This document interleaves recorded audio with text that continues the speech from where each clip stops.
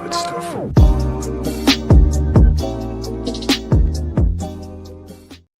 Welcome back, everyone, to another episode of Goodwill Podcasting with Connor, Dan, and Stone. Stone is out today on some personal reasons, but we have two returning guests. We have ReelforReal or Kev for, I believe, the third time, and Jeremiah Battle for fourth time. I believe so. I believe it's the fourth time, something like that. I know we've had a few returning guests that keep saying they're trying to chase, your amount of appearances. I have been here a lot of times. Like, it has to be at least the fourth or the fifth time. It might be 5. Yeah, I think so. I think you were at 4 because Charles is at 3 and he was behind you. So this is 5. That's crazy. Hey, well, let me catch up then. Hold on. Hold on. No, all right, next time we'll have you on and leave Jeremiah out. Yeah, just kick me out. Leave Kev. No, but it's always good to be back. I'm always enjoying my time being on the pod. So thanks for having me. Yeah, always. And for our audience, we are talking Spike Lee today. 5 movies in total. But before we get into that, Jeremiah, you are a young director yourself. What did Spike Lee mean to you?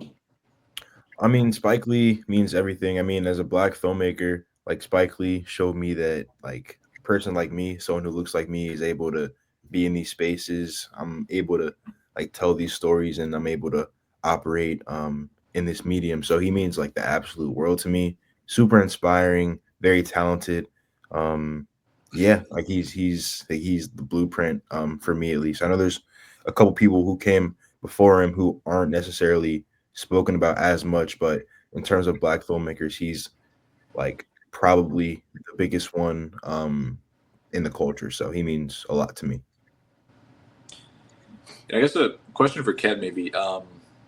When you think about Spike, like, as a director, like, what jumps to mind for you? Like, what do you think about in terms of, like, whether it be, is it his style, is it his themes, like, the actors he uses, like, what is it that you find, like, synonymous with him? Well, number one, definitely the dolly shot. That's always something he stamped as his style. And just being somebody who's challenged racial stereotypes, explored more social issues, and just telling stories from the black perspective, man. When you think about it, you didn't really have anybody doing that as far as black directors. We had the blaxploitation era in the 70s, and it all kind of had that formulaic style of storytelling, not enough variety to black stories. So when he came in and started with She's Gotta Have It, and you look at how much money that was and how he had to do it and how creative he had to get with it being an indie film, that was big. That was huge. And then Do the Right Thing, just what that meant for not only the culture, but everybody. I mean, everybody looks at it as like, man, this style and what it hits on, and look how these themes are resonating today in 2025. So yeah, he just was never afraid to, he never pulled back. And I always appreciated that. I think that's the one thing I think about is, like, how just fearless he is. Like, he does not care. And he's kind of just willing to tackle everything just, like, head on. And I think some of the stuff, like, we watch now and we're like, this doesn't feel that, it might not be like rocking the boat as much, or we understand more a lot of the stuff he was dealing with. But when you wind back the clock and understand when he was making these movies, I feel like at the time it was probably like, what's this guy doing? Like, which I wish I could, go back and see. But I like how bold he is. I think that boldness, I think, is oftentimes, like, missing in a lot of stuff today. And whether, you might love or hate some of his movies, but, like, you'll always feel something. And, like, I'd rather that than just kind of have apathy. So yeah, because you just watched Bamboozled, and I loved it. Look how in your face that is. And when that released at the time, it was like, okay, this is too much. Like, what is going on here? And now people are looking at it like, no, this is pretty damn solid. Have you seen that, Jeremiah? I haven't actually. That's one movie on the watch list from him that I haven't seen. So I got to watch that down the line. Yeah, it's really it's something. The first movie we're talking about is School Daze, which I believe it's his second movie, correct? Mm-hmm. Yeah. Kev, do you want to kind of jump into maybe just a quick rundown and then lead off with your thoughts and we can get into it? Yeah, man. So School Daze, for me, like you said, it's a second film. The significance of this movie to me, it was the promotion of college and showing young Black people how cool it is to go, focusing on HBCUs. There was a lot of pride. And when you get into the era of like the 90s, the early 90s to mid 90s, you had a lot of HBCU fashion as far as jackets, clothing. Shows like Martin were promoting HBCUs heavy. So it was just like he was the one who really started pride on screen going to college for Black students. He's the one who pretty much was the blueprint of that. And I don't know if you guys ever heard the show called A Different World.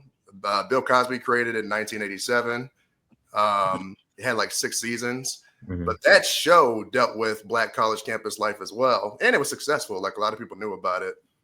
But they actually used the same casting director from that to A Different World. Spike likes to say that Cosby, oh, you stole my idea. But I mean, yeah, pretty much. But it was just another way of promoting college. So, yeah, for me, it was, a pretty big deal, man, especially being in a fraternity myself, Omega Psi Phi. And just kind of a story about the reason why he made the movie is pretty important, too. So we'll talk about that whenever we get to it. But yeah, it's very significant, man. And Spike Feel went like to an it's not. HBCU himself, right? Morehouse, yeah. Yeah. Sorry, go ahead, Connor. I was gonna just throw in. I feel like it's not new news that Bill Cosby's a piece of shit. So Oh yeah, no, yeah. I was like, yeah, go ahead and throw that in there. Heard about that. Jeremiah, had you seen this before, or what was your kind of experience like with this? Well, I mean, like Kev was saying, like a movie about like Black students attending at HBCU, just college in general, is super significant. I mean, for me, like I'm obviously a young Black man who just graduated from college in the spring. I'm in graduate school now, and I feel like films like this definitely helped the culture and helped people realize that like Black people like do want to attend school and do want to get higher education. So I just love that there's a movie like this for the culture, for Black people, and for the rest of the world to see that Black people do want to achieve higher education. Yeah, I think what's interesting too is like, I mean, next to the stuff you guys are talking about, the main thing this movie is dealing with is like colorism, and basically just, I guess, kind of, hatred and feelings like this within the Black community based on, things that might seem trivial to some people. Like it's a lot of stuff about like hair texture and how personal that stuff can be to people and how it can, divide people. Obviously leading up to the ending, which I think is like probably, one of the most iconic moment from the movie. Do you guys want to speak on your thoughts on that, or like your experience with it, or just how it kind of made you feel in that way? You mean the ending? Yeah, and just like I mean, everything this movie deals with in terms of like how these people are treating each other and like the colorism, like I said. Yeah. I mean, colorism is a huge theme throughout all of his filmography. If you really look at it, like the first film I think of when I think of colorism in Spike Lee movies is a film like Mo Better Blues, which is a huge one. I also think about like there's like certain themes in Malcolm X, like just throughout his whole entire filmography, colorism is a huge theme. So yeah, it's very, very, very prominent in this movie as well. Yeah. I like the way he tackles colorism in here. So the two different groups of women, the jigaboos versus wannabes, the light skin versus dark skin, straight hair versus nappy. I like how that's presented in a musical format. And for me, it takes away that awkward and tough conversation, and it makes it a little bit easier to digest by making it a musical. It's almost like he was kind of going for a classic older Hollywood breaking out in full dance choreography, singing. But the colorism, especially in that time, man, I mean, that was a real conversation. I mean, we're still dealing with it. We're talking about the brown paper bag test, man, that happened from 1900 to 1950. I mean, this test was like really a put your skin up to this brown paper bag, and if it's that complexion or lighter, that's going to grant you admission into certain clubs or privileges. And fraternities, sororities were doing that. I mean, people think of AKAs and, oh, you got to be light-skinned and stuff like that. That started in 1900s. So, I didn't know anything. Yeah, I like the way it was done. Yeah. How did you feel, Kev, about the representation, I guess, of kind of like the like Greek life, like the fraternity and all? I feel like it's not necessarily the most flattering. No. What were your thoughts there? I think it was. So I'll say this. So the Gamma Rays were based on Delta Sigma Theta, which is a real sorority. The Gamma Phi Gamma was based on Omega Psi Phi. So Spike, basically, the reason why he made the film is because he knew somebody who died pledging Alpha Phi Alpha. And the person who died, they had pre-existing conditions, like they had a heart attack, and his heart gave out on him. The dude was just doing, some work, marching and doing some other stuff. Not necessarily getting beat, but doing some tedious tasks that his heart gave out on him. So Spike he's quoted saying, "It amazed me the amount of amusement and punishment people are willing to go through to belong to a group." But Spike, he has ties to HBCUs. He's seen Greek life. He went to Morehouse. He's got family who went to Spelman. So the way I think he does this in a way of showing, look, this stuff is kind of ridiculous, but at the same time, I feel like he kind of honors it at the same time. Like he still respects it to a certain extent. Because even though, stuff looks crazy on here and he's doing it in a comical way, I still think he's portraying it in a way where these Greeks were still respected on campus, and there were still, students that respected, what it was, right? So it's kind of a balance of both without necessarily tearing them down. Something I was reading about that I thought was interesting was to kind of encourage or just be more divisive and encourage that like hostility. Spike was keeping each half of the cast. He kept them separated while they were filming, so like they were living in different places. They were not interacting. There were like actual fights and stuff on the set. Like I feel like he kind of like egged that on, which like comes across in the movie. But I think exactly what you said. I really enjoyed some of the musical numbers here are really long, but I enjoyed them all, and I think like turning it into kind of like a Grease kind of thing makes it like takes away a little bit of like the bite, not in a bad way, but in a way that just makes it more digestible. And like you can kind of like have fun with it and laugh at some of this, but like at the same time, it's also, I think, very serious. I think sometimes like tonally it gets a little mixed up and it is not always the smoothest. I also, and one thing, I mean, we'll talk about today a few times. I don't think Spike Lee is a very good actor. No, he's not. That's fair. Yeah. I don't think he is either. I find it to be a little bit distracting at times. I don't know. Do you guys want to maybe quickly just talk about that in general, like how you feel about him as a performer? I mean, I feel like in Do the Right Thing, he makes it work, but you can tell that like someone else probably should have been casted, but like I think it does work, but I don't think he is like the top-notch guy, and sometimes I wish he would not cast himself in some of the roles that he's in, that he puts himself in his own movies. So I don't know what the motivation is behind him casting himself. Does anyone know why he likes to put himself in his movies? I don't have an actual reason, but I feel like it's just like he wants to be in it. Yeah. Like it's sometimes how Tarantino may want to pop up in his stuff, even if it's a cameo or whatever. Sometimes I feel like they just want to be in it. Like, Spike puts his sister. Movies. She was in Mo Better Blues, I believe. Mo Better Blues, and stuff like that. She was in School Days as well. So not a major role, but she's in there. So yeah, I mean, he was even in Crooklyn for a little bit. He was one of the crackheads. Like, he just wants to be in the movie.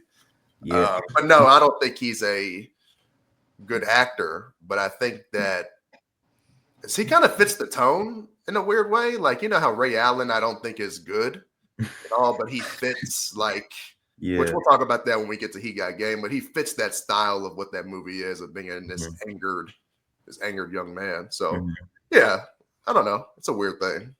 Yeah, it's so interesting. Like, as a filmmaker myself, I wouldn't personally, like, I wouldn't want to put myself on camera because I don't necessarily feel the most comfortable on camera. But that goes to show, like, how he might view himself as more than just a director or a writer. He may see himself as an actual on-screen performer. So I think that's something that's interesting to point out as well. I think it's also go ahead. I was gonna say, now, would you ever put yourself in as like a cameo, like Tarantino does, with no lines, like in Inglourious Bastards? He's just lying on the ground. Would you do that? Oh, me? Yeah. I mean, maybe. I mean, if the story called for it, like, say if we needed like an extra person, there's no one else to do it, I guess I would have to do it. But like, if I didn't have to do it, probably not. But I mean, yeah. I think also it makes sense to an extent because I feel like he's someone that obviously is making like very personal films and like dealing with generally, at least in his better stuff, like pretty serious themes. And I feel like he probably has an understanding of like, okay, I know what I want this character to be, or I know what I'm trying to do here. So like, even if he's not a top tier actor, his presence there is like still, I guess, important, and he feels like, it's a bigger addition than subtraction. I think and I think it's very much personal taste in general. The main thing for me that I think about when I think about like, is a movie good, quote unquote, or effective, is like, am I immersed in the movie? And sometimes I feel like seeing the director, it makes me think that's the director, so it's pulling you out of the experience. And I think like that is kind of the easiest way to describe like why it bothers me sometimes. But I almost kind of respect it in a way, I guess. Like, he does give him. It's not like a Tarantino like putting himself like in Django with the Australian accent. Like, it's so bad, and it's just like, just get out of the movie, man. Like, it's just not it. It's not good. But yeah, it's interesting to see him pop up. I'm trying to think about who else like fully puts themselves in that. M. Night does it a lot. Yeah, M. Night does do it a lot. It might be I mean, Hitchcock did like the whole like small cameo, but those were like small cameos for Hitchcock. I feel like Clint Eastwood's done it a time or two. Scorsese's done it a little bit. I think pretty well. Also, I like the way he does it in Taxi Driver for sure. Yeah, in the car. Yeah, like like he's pretty good there. I mean, did you guys like the Killers of the Flower Moon? Scorsese. Yeah, I like that. At the very end, yeah, I like that. Yeah. Orson Welles in Citizen Kane also. It's not that common. Like, it's really not that common, which is interesting. Harold Ramis in Groundhog Day. John Singleton did it a few times. I know he did it with Baby Boy. It was a random cameo. It wasn't anything major. Now, Dan, you said something of, all right, yeah, we need to talk about that. The tone is all over the place, you said, right? With School Days. Yeah. Yeah. So that's a common Spike thing, and Jeremiah can maybe talk about it too. He has so many ideas that he's throwing, man. And so I think with School Days, what you'll see, and I think what people, if you're actually reviewing it and critically analyzing it, I think there's things that are being thrown that don't necessarily get resolved.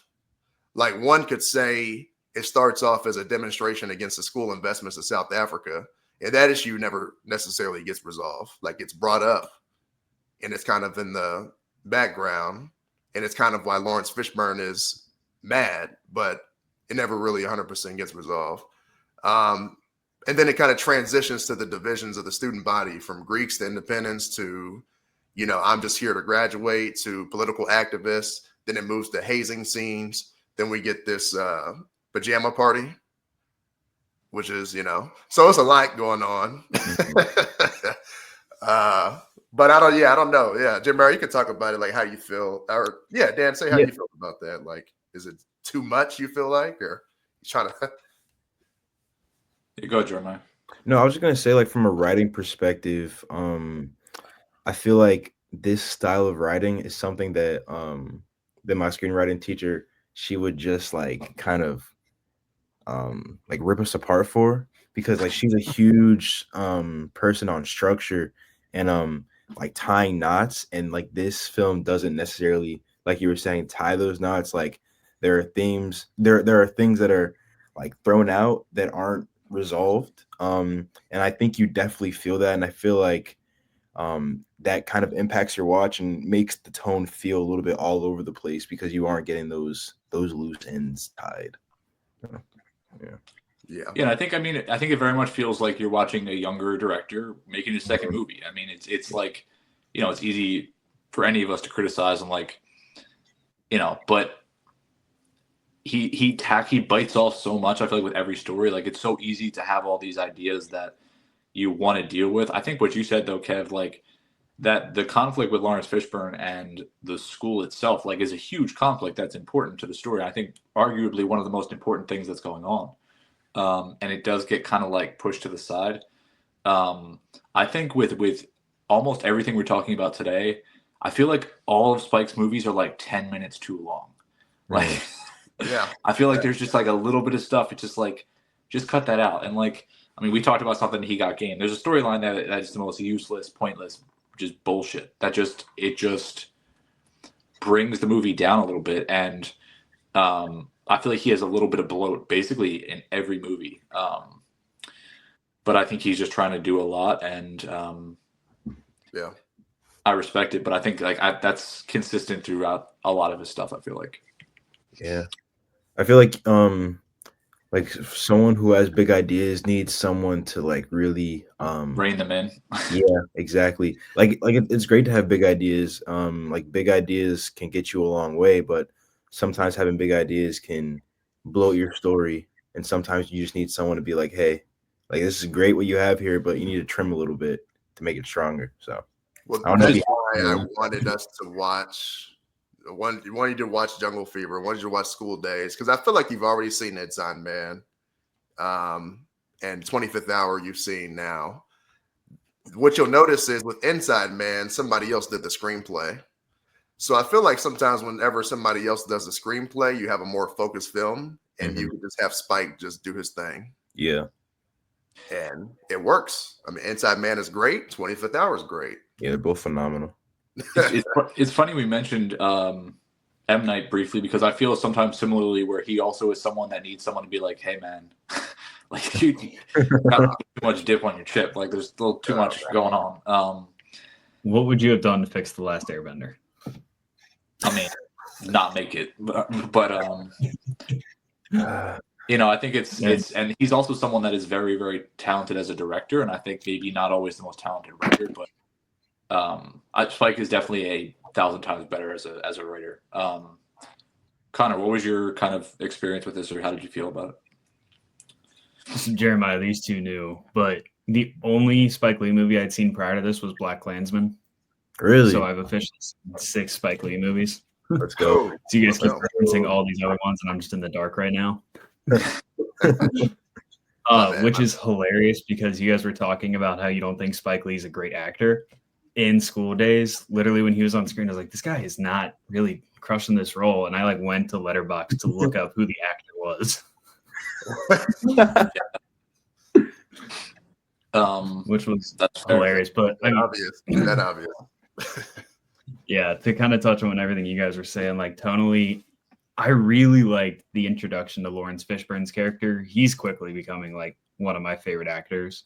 Have you seen Deep Cover? I have not. Dude, watch Deep Cover. Oh man. Okay. Is that another Spike movie? No, it's Bill Duke, I believe. Okay. Yeah. Watch I'll it. check that one out. That movie has a lot of style. But Jeff Goldblum too.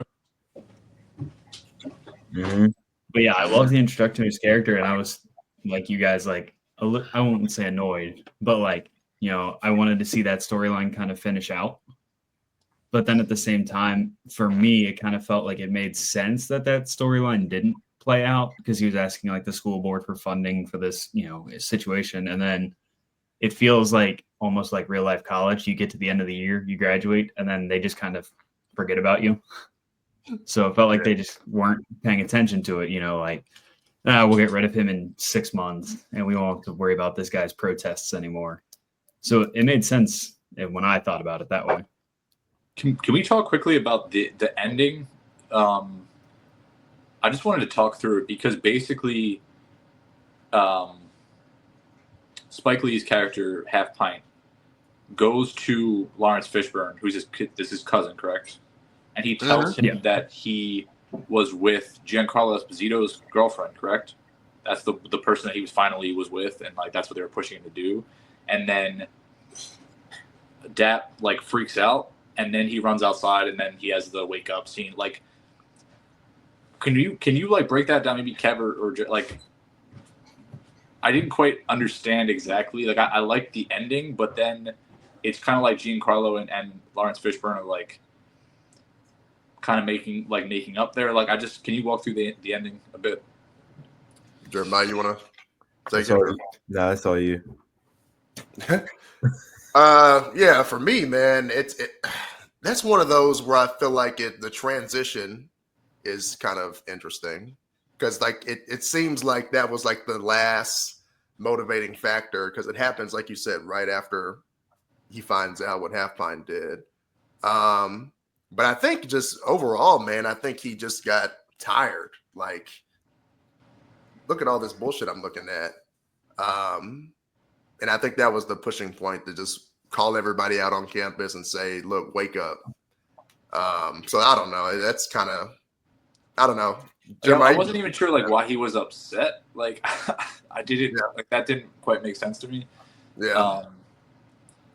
But still, I mean, still a great. I liked the very end there. Yeah. Another scene I really liked. It's iconic for sure. Yeah.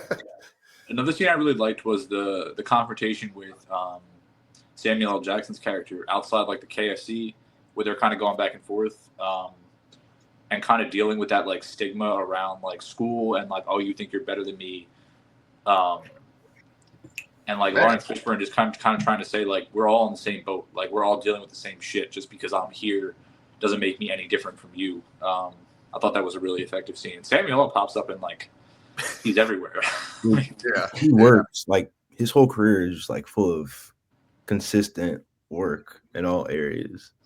It's a real thing though, man. You look at these HBCUs and look at the towns that they're in, and you go places, you may go to parties, whatever, and you run into these locals, man, and they start hating. Like, who do you think you are? You gonna come in here and try to take our job? You gonna come in here and try to do this and do that? You think you're better than us? It's like, bro, I'm here to get a degree. Yeah, I mean, like, even though I didn't attend a HBCU, I had a bunch of friends who did attend. I had a bunch of friends who attended Howard, and like I live close to those areas, or I did when I was back home at least, and like they would like tell me like stories of like how people back home like say like my friends, they were in school, they came back for like spring break, winter break, like a lot of the friends who didn't necessarily go to school would kind of be hating on them, saying like, oh, like you think you're better than me, like you think you're because you're getting the education that you're smarter than me, that you're more valued than me, but like that's not the case at all. It's just like we're just trying to like get like we're trying to get ourselves ahead so we can like help everyone. Like this is like we're all together in this. It's not like me against you. It's like if anything, it's like me trying to move forward so we can like bring each other along. It's not like a versus or like a match against one another. It's all about just trying to move each other along. So I feel like that was communicated in the film. I really enjoyed that theme because I was able to like think about my own life and how that's still related to today's world. So it's just crazy how relatable and relevant that still is now. Facts. I feel like that's also like what our society does, and like a capitalistic system like will always pit people against each other, especially when. Sure. And I feel like that's not just true in the like black community. I think in poor like white areas in the South, I'm sure it's the same shit where it's like someone gets away or is able to move forward, and then people that you're around are like, "What are you doing? Like you're not going to stay here with me?" And like, like is this our life? And it's like, you know, those feelings I'm sure just come from like, you know, insecurity and unhappiness about life, and deservedly so. But I think people will direct that feeling towards the person who's trying to better themselves rather than directing it towards like the actual system that's keeping them in place or like is causing their struggle. So I just thought that was something I did want to say because I was thinking of level of importance for this film again, not only just talking about the HBCUs, but the fact that this movie is just it's black like that like when you think about it, like I was talking about the 70s, 80s, there wasn't enough variety in the black experience as far as of the black experience on film. And so even when you think about the black stars who were coming out, like Eddie Murphy, and, you know, a couple other people at a time, but Eddie Murphy and these other people, they cater to a wider audience, which ultimately led to a large white base. Even if you look at films like Color Purple, that's directed by Spielberg, large white base, even though the subject matter is what it is. School Daze isn't, there's nobody, everybody in the film's black. You notice that, right? Yep. Nobody else.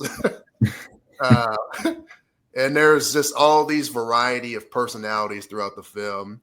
It's not your typical Greek comedy movie like Animal House and some of these other ones like Revenge of the Nerds. Like it has a little bit more. It has more to say. And you have black folks talking to other black folks concerning black issues using black lingo. It's not willing to compromise anything for anybody else to understand. And I think that's what's dope, that other people can look at this and be like, this is legit. So that's important. And I'm assuming there wasn't anything else like this before this, right? Like, oh man, no. I mean, because Do the Right Thing, look at what that was, all the different characters and all the different backgrounds. You know, this was just black college students. Like this wasn't done before. Yeah. This was different. So like I said, I can excuse, and I mean I forgive you know, the messiness of what it is with it being his second film and just throwing so many different things out there because he's like, man, I got so much to get out here. I got colorism to get out. I got to get out what's going on with the Greek life. We got to talk about how these, you know what I'm saying, some of these deans and admin or some Uncle Toms, you know, all this kind of stuff. Like he's got all this stuff he's trying to get out. Yeah, and I think a lot of it also is like him maybe thinking like, I don't know if I'm gonna make another movie. So like I got to put it all. Oh man, seriously, didn't even think about that. Yeah. And from what I can read too, like he kind of struggled to get this made. Like the studio was kind of like, you know, you want how many $1 million for this? Like I don't know. Obviously it paid off and it was financially successful as well.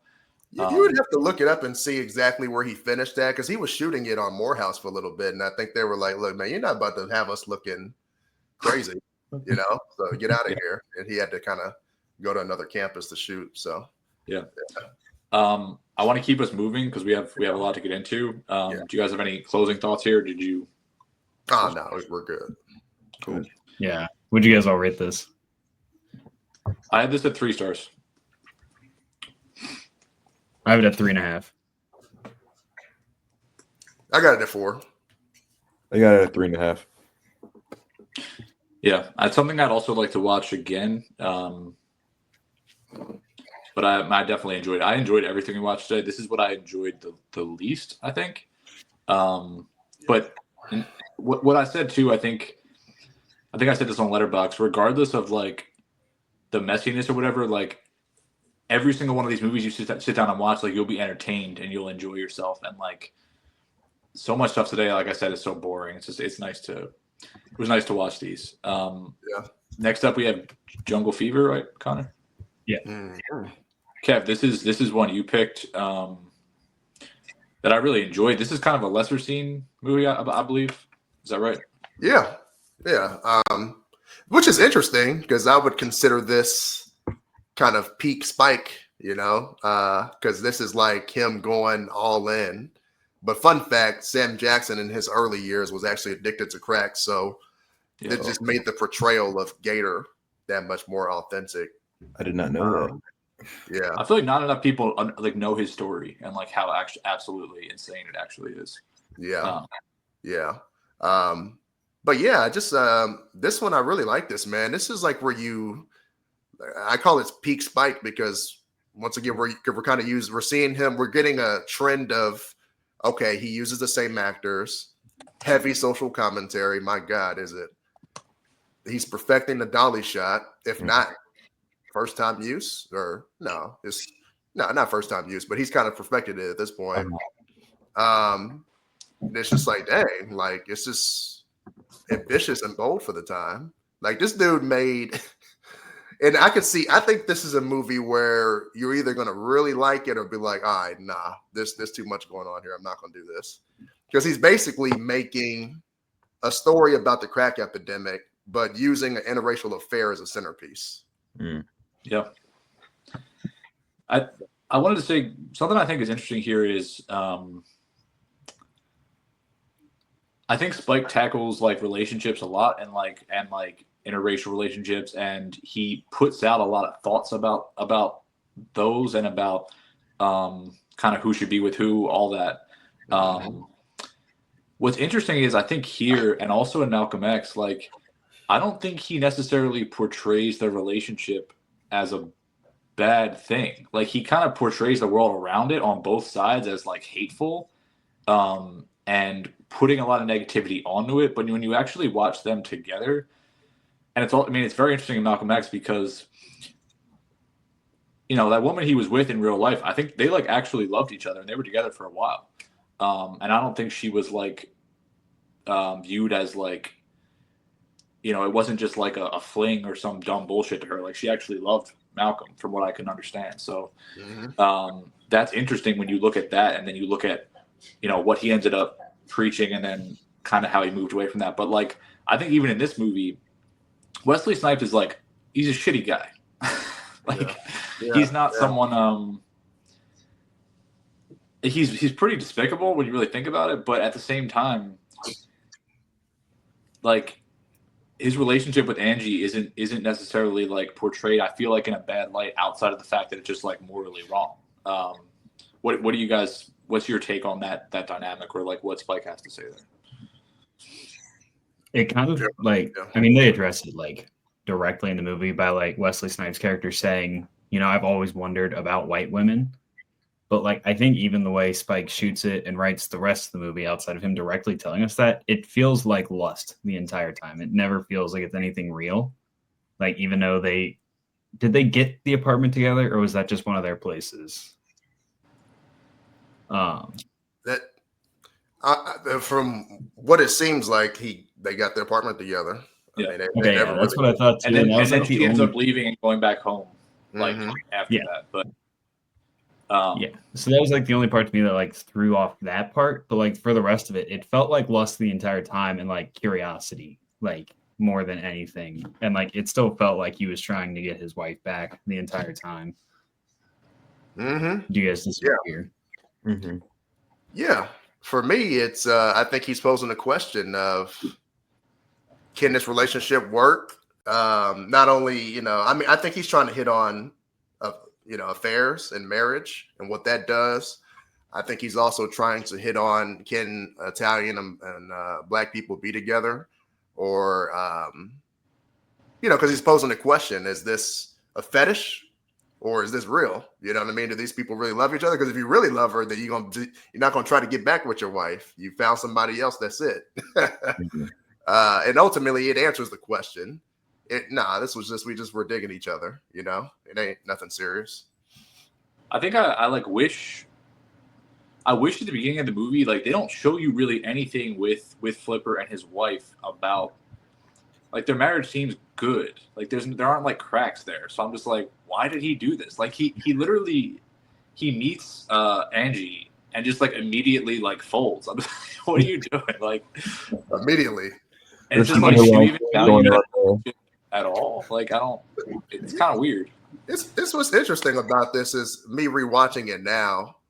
Yeah, there's really nothing there. But the only thing I can think of, and this is me just coming up with something. The very beginning of the movie starts off aggressive with this steamy sex scene, which I was like looking at it, I'm like, okay, that's a hell of a way to start off a movie.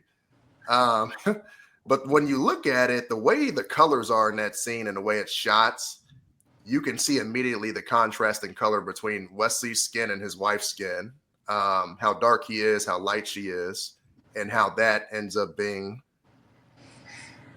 the issue here.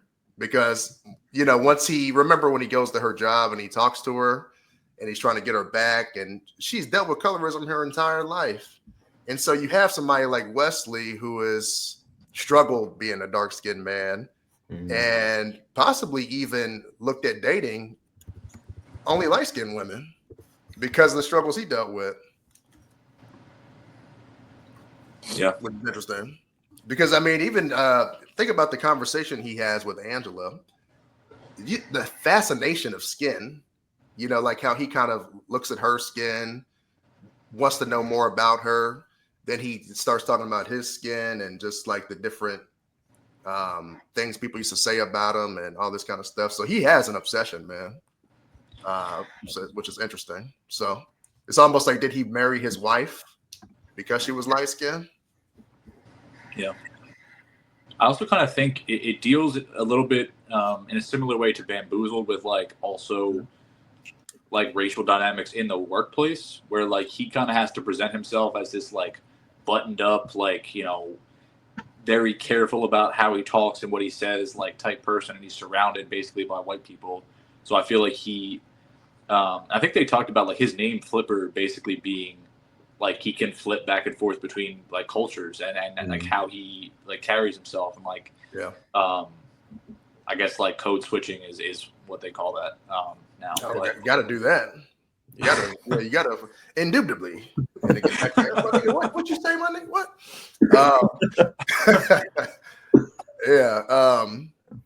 Yeah. What's interesting about that? What you said is I was like, hold on. He's pretty, like, he's careful, but at the same time, I'm like, shit, he's a little bit more radical than I thought. Like, because he's saying, like, wait a second, the temp secretary that I asked for a black one. I didn't ask for her. And I was like also thinking, that, but like, what's the like? At the end of the day, he has to deal with it. Like, yeah, I mean, yeah, like I feel like they don't have the like. I mean, they don't, and you see that in the scene where he kind of deals with them, but like they don't respect him. Like he does so much for them, and like they're willing to take his work. Yeah. But at the end of the day, it's like he's not viewed in the same way. And I think like no. That's a theme that we see in a lot of stuff. I mean, that's like with the Brutalist, like that's what the Brutalist was really at the end of the day. I think it's interesting to see because people can be talented, but if you don't view them as people, then you're just going to use them for their work. Sure. Before we go any further, because I'm tired of losing subscribers, Dan, do not make any references that Tim Robbins is gay in this. Okay, yeah. Yeah, people were upset. I said, wait, hold on. Y'all lost subscribers in that? We lost 2. I'm going to say, hey, you saw a comment and I said, oh, you trying to piss off them boomers. You better chill. I mean, we don't know that's why they unfollowed us, but like... It just so happened to, there's a fair assumption that after that episode aired, and then we lost subscribers, someone was unhappy about that comment. Oh, well.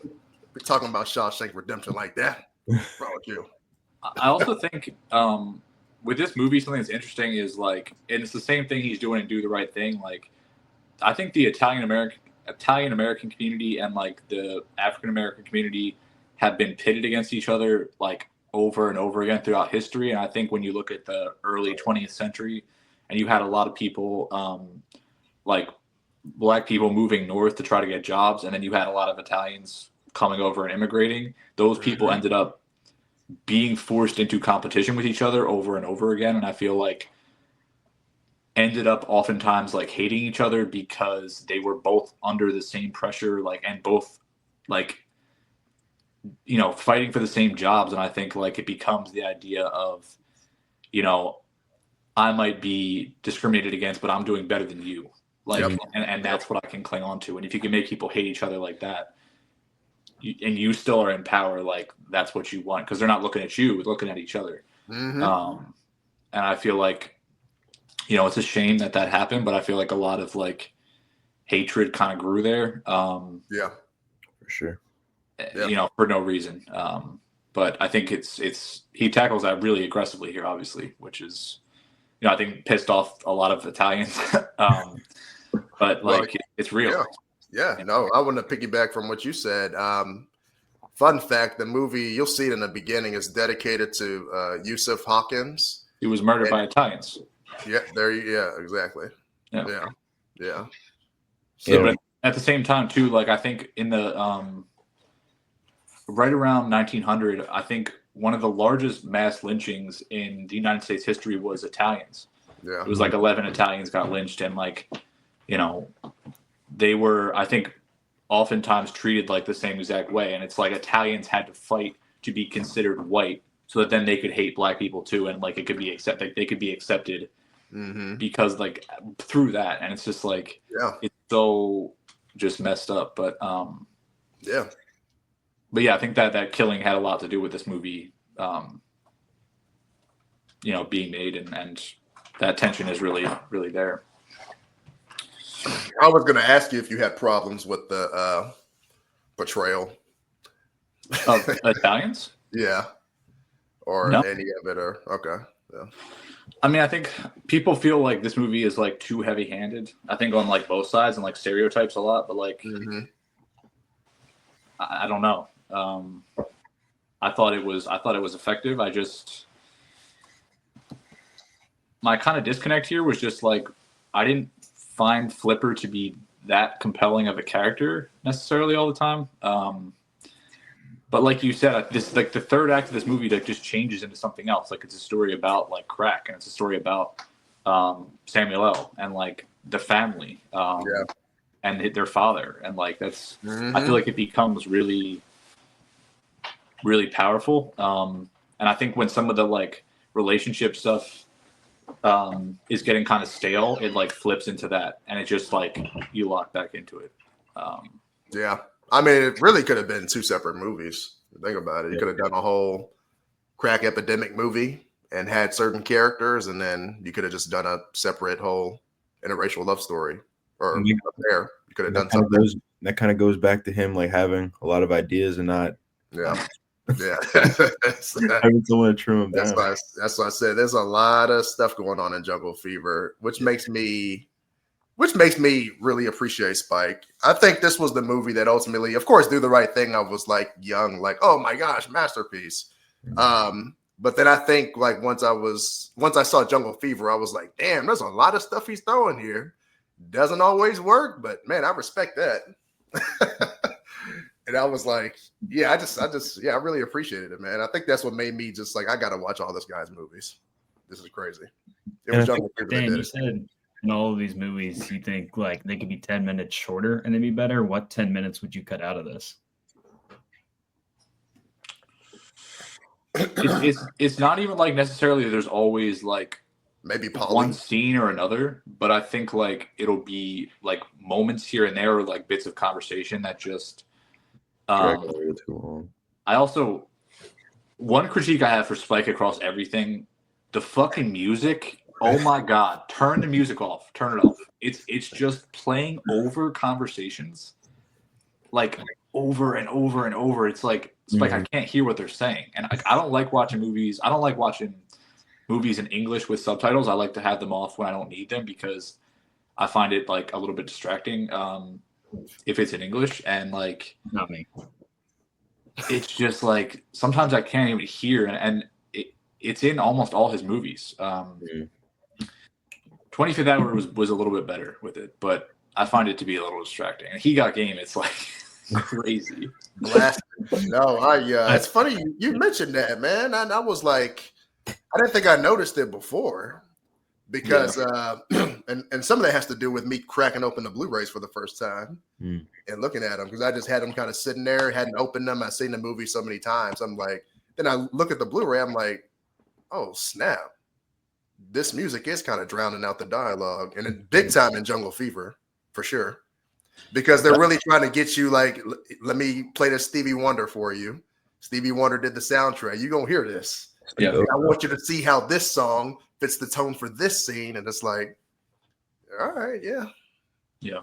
And I get it too. Like, I feel like Spike, like Jeremiah, you kind of said, like, he's making movies, like, you know, he wants to incorporate, I feel like, every aspect of like culture that he can. And he obviously loves music. And like his dad was a musician. Yeah.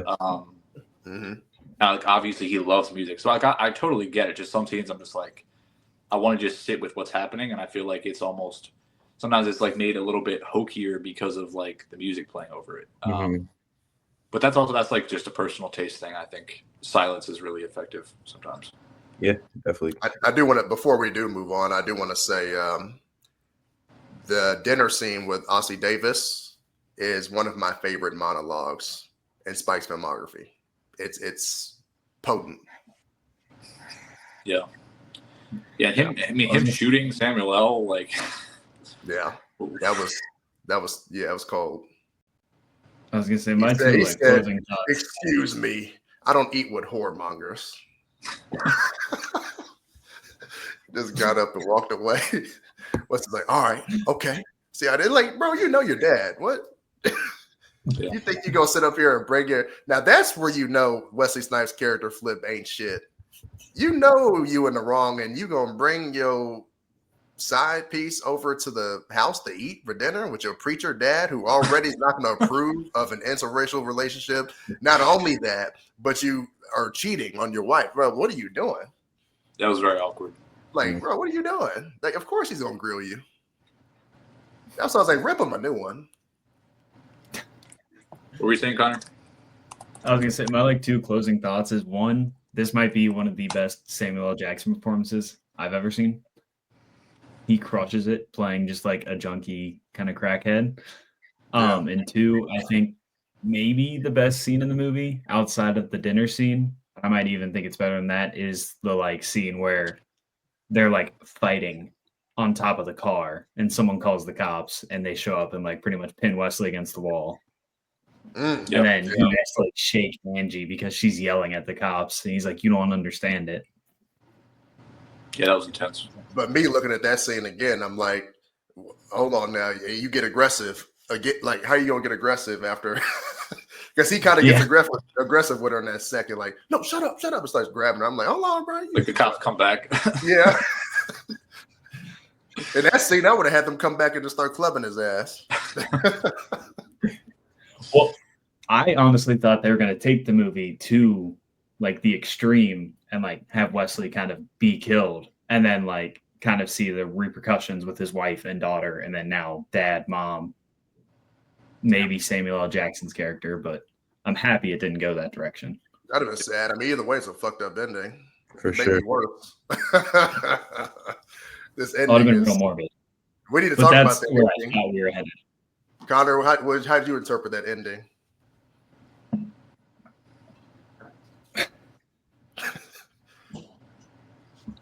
It seemed like his wife kind of took him back maybe a little quick. It's like I said, like it seemed like lust between him and Angie the whole time. So I didn't think it was going to last, and I thought he was going to be able to figure it out. Or are you more referencing Samuel L. Jackson being shot by his dad? Mm-hmm. Well, you mean the very end, right, Kev, with him getting grabbed by the prostitute? Yeah. Yeah, people bug out about that. I don't really know why. Like it fits the movie. I don't know. Like it's. Oh yeah. I don't know. Now you.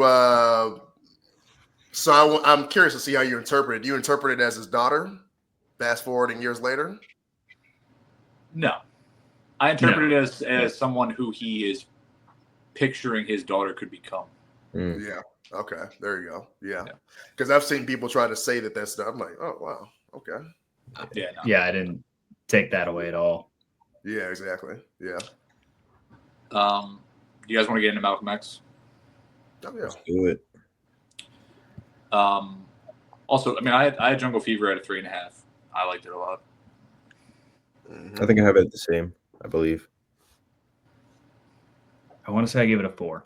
Nice. Hey, let's go. Kev? Oh yeah, my bad. 4. Yeah. No, I got it 4.5 actually. What am I talking about? Yeah, I got it up there, man. That shit is potent. Yeah. Malcolm X is a movie that I think is perfect. I mean, I think it's like this was such a ridiculously large undertaking. And I think when we talk about biopics, like everyone always says, like, don't try to do this. Like, you got to focus in on something that you want to talk about, or like, a moment in life. Like, you look at something like Selma is excellent because it just focuses on the march. And that's a beautiful movie that I love. But like, they don't try to bite off his life. And this really, I mean, essentially you see him kind of in thirds, which I think works. But each performance and each kind of iteration of Malcolm as a man and like as a leader is very different. And I think like this, I mean, I think this is Denzel's best performance, right? Yeah. Oh, Yeah, for sure. For But sure. this could have been a mess, and it's like it's. I mean, it's almost 3.5 hours. Yeah.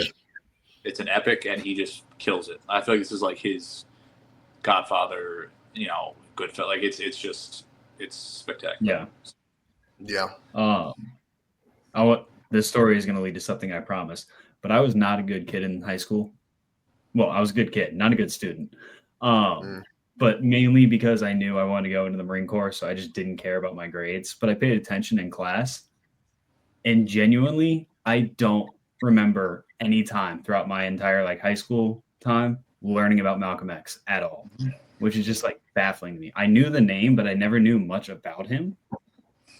And then so like, this might be There's a my lot own of things fault, America doesn't like teaching about in history. I think. But, Yeah, I was gonna say, like, obviously, like we learned about Martin Luther King, but, and this might be my own fault, but like I still don't know much about Malcolm X's, story outside of this movie now. And honestly, after watching this is like a movie I'm considering turning back on again tonight. And it's been a while since I've watched a movie and then like rewatched it within the same 48 hours. Yeah, that's what's up. That's it's a I testament would to say- how good it is. 'Cause that's a long movie. Yeah, it is a very long movie. That's a long movie to just like be like, all right, let's run. Yeah, dude, I think the last time one happened like that, where it's this long of a movie, was probably like Inglourious Bastards or something. Yeah. I wanted to ask like Kev and Jeremiah, but like, how do you guys feel about Malcolm in general as like a man? Or what is he? What does he kind of mean? Like, what's your take on him in general? Go ahead, Jeremiah. You got it. I mean, I don't know. I mean, he's such a powerful figure in the Black community. And Connor, like you were saying, like you didn't learn much about Malcolm X. Like in my schooling, even though we did learn about Malcolm X, like he wasn't talked about always like in the brightest light. Like my schooling always like put him in this like this like purely like violent, and like the I feel like the education system always loves to like have Martin Luther King and Malcolm X and show them as like polar opposites, when that necessarily wasn't the case. There was a lot of things that they did agree on, a lot of things that they did that were very similar. But the way that this education system does it is they pin them against each other, which I don't, not against each other, but they show them in two very different lights, which I don't agree with. But Malcolm X, like when you do your own research, you see how smart he was, how pivotal he was, how important he was to the culture, to history. So I love Malcolm X. I think a lot of what he stood for was relevant then and is even more relevant now. And I just think he's a super powerful person that impacted everything in a very strong way. So yeah, a lot of respect for Malcolm X. Yeah, same. Yeah, I think he's very important, man. Without Malcolm, without Marcus Garvey, you wouldn't have Malcolm. You know, he took Marcus Garvey's playbook and kind of went from there. But he really just amplified Black empowerment, man. Just racial pride, having self-determination. Obviously, he started off with kind of looking at MLK's approach and just being like, you know, that's cool and all, but that's not going to get it done. We could get it done this way.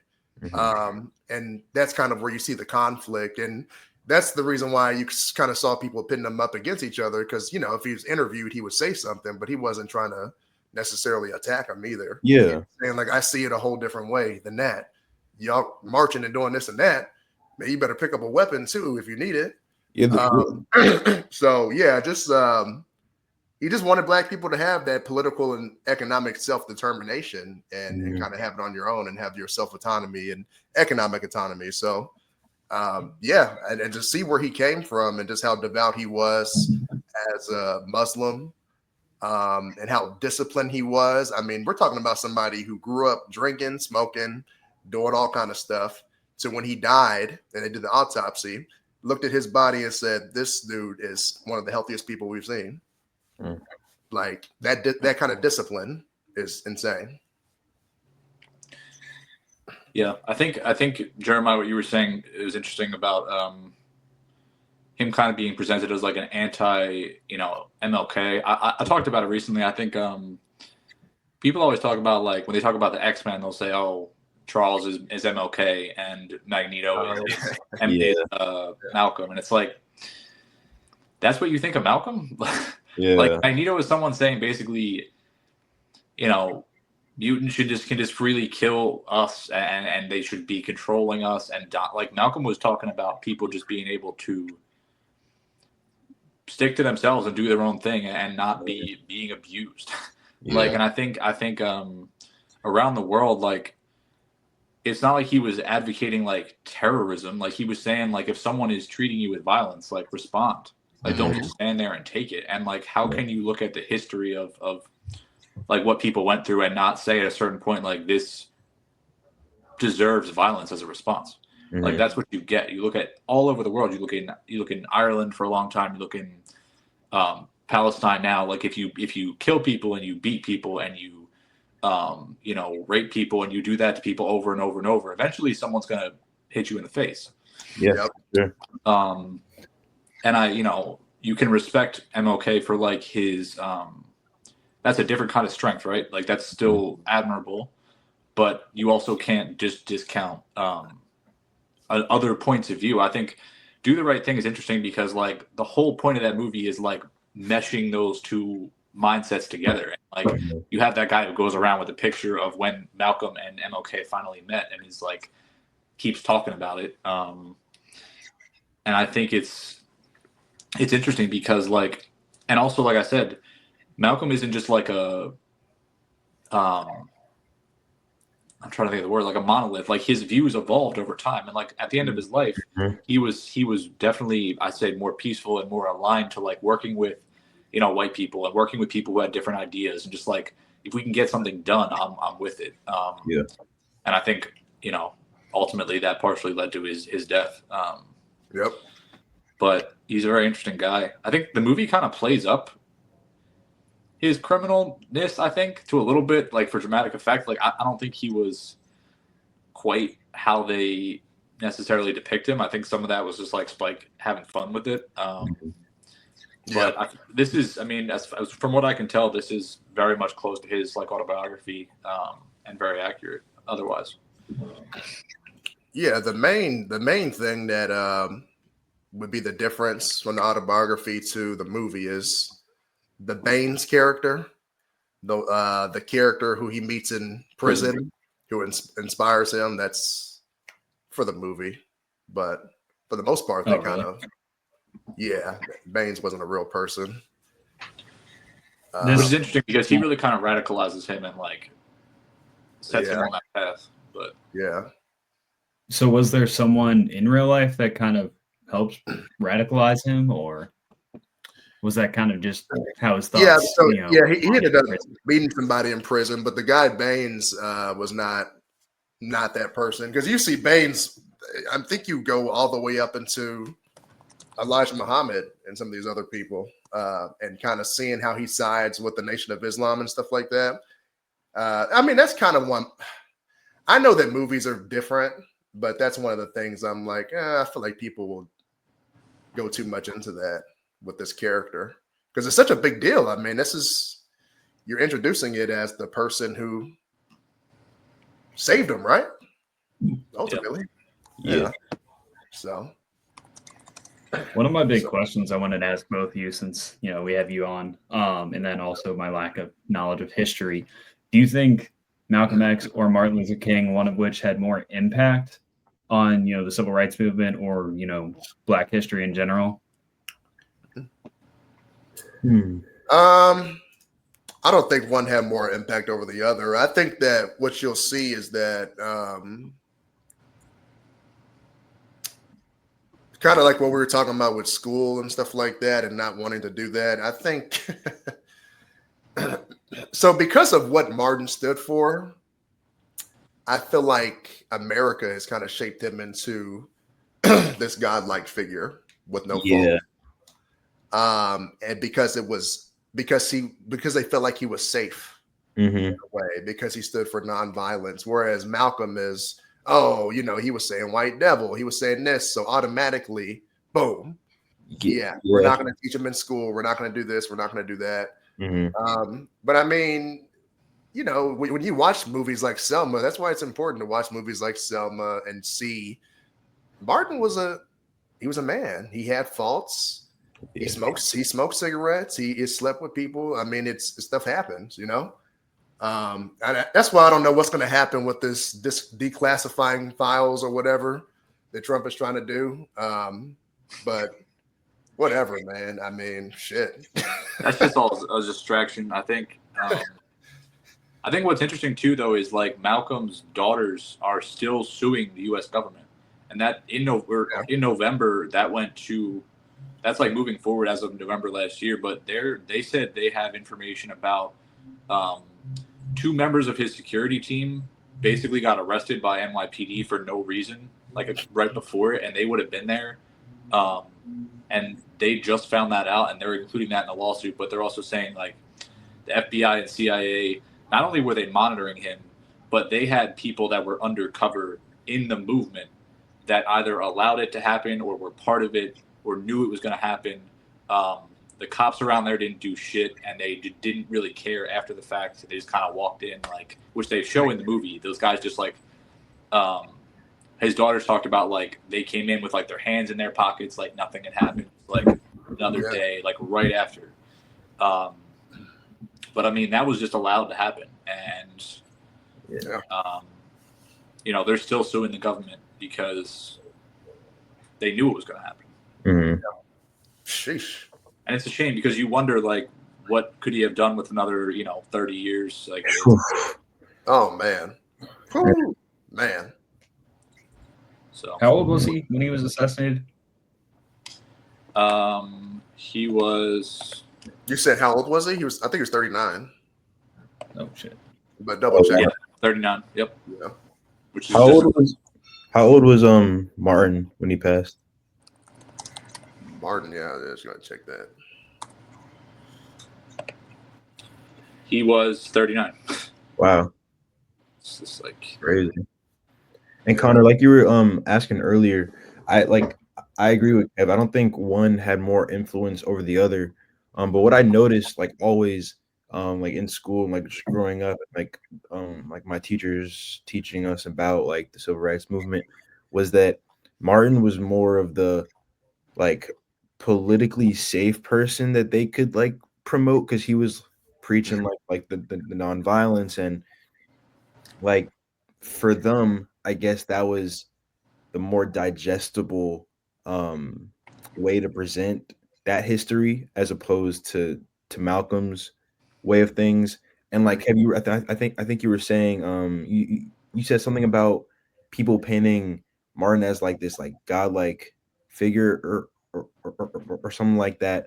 And I kind of agree. Like, people tend to paint Martin as if he was like this like no flaws, no issues, no problem type of guy, but he was a very like flawed individual, like a great man, obviously, but like anyone else, like any other human, he wasn't perfect. And I think a movie like Selma perfectly displays that.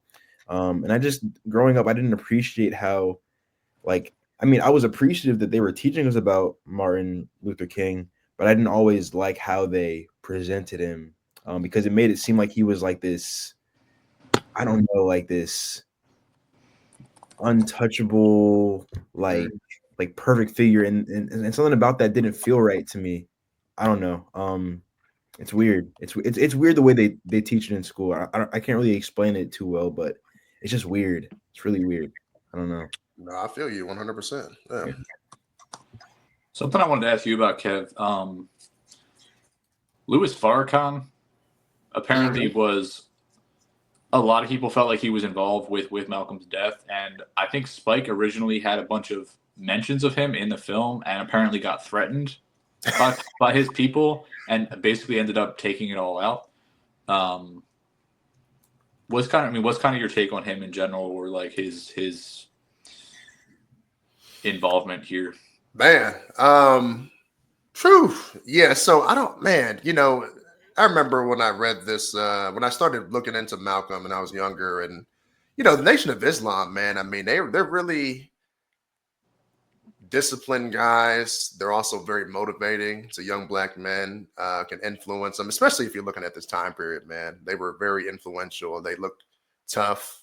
They were in sync. They ate well. They were disciplined. They were smart.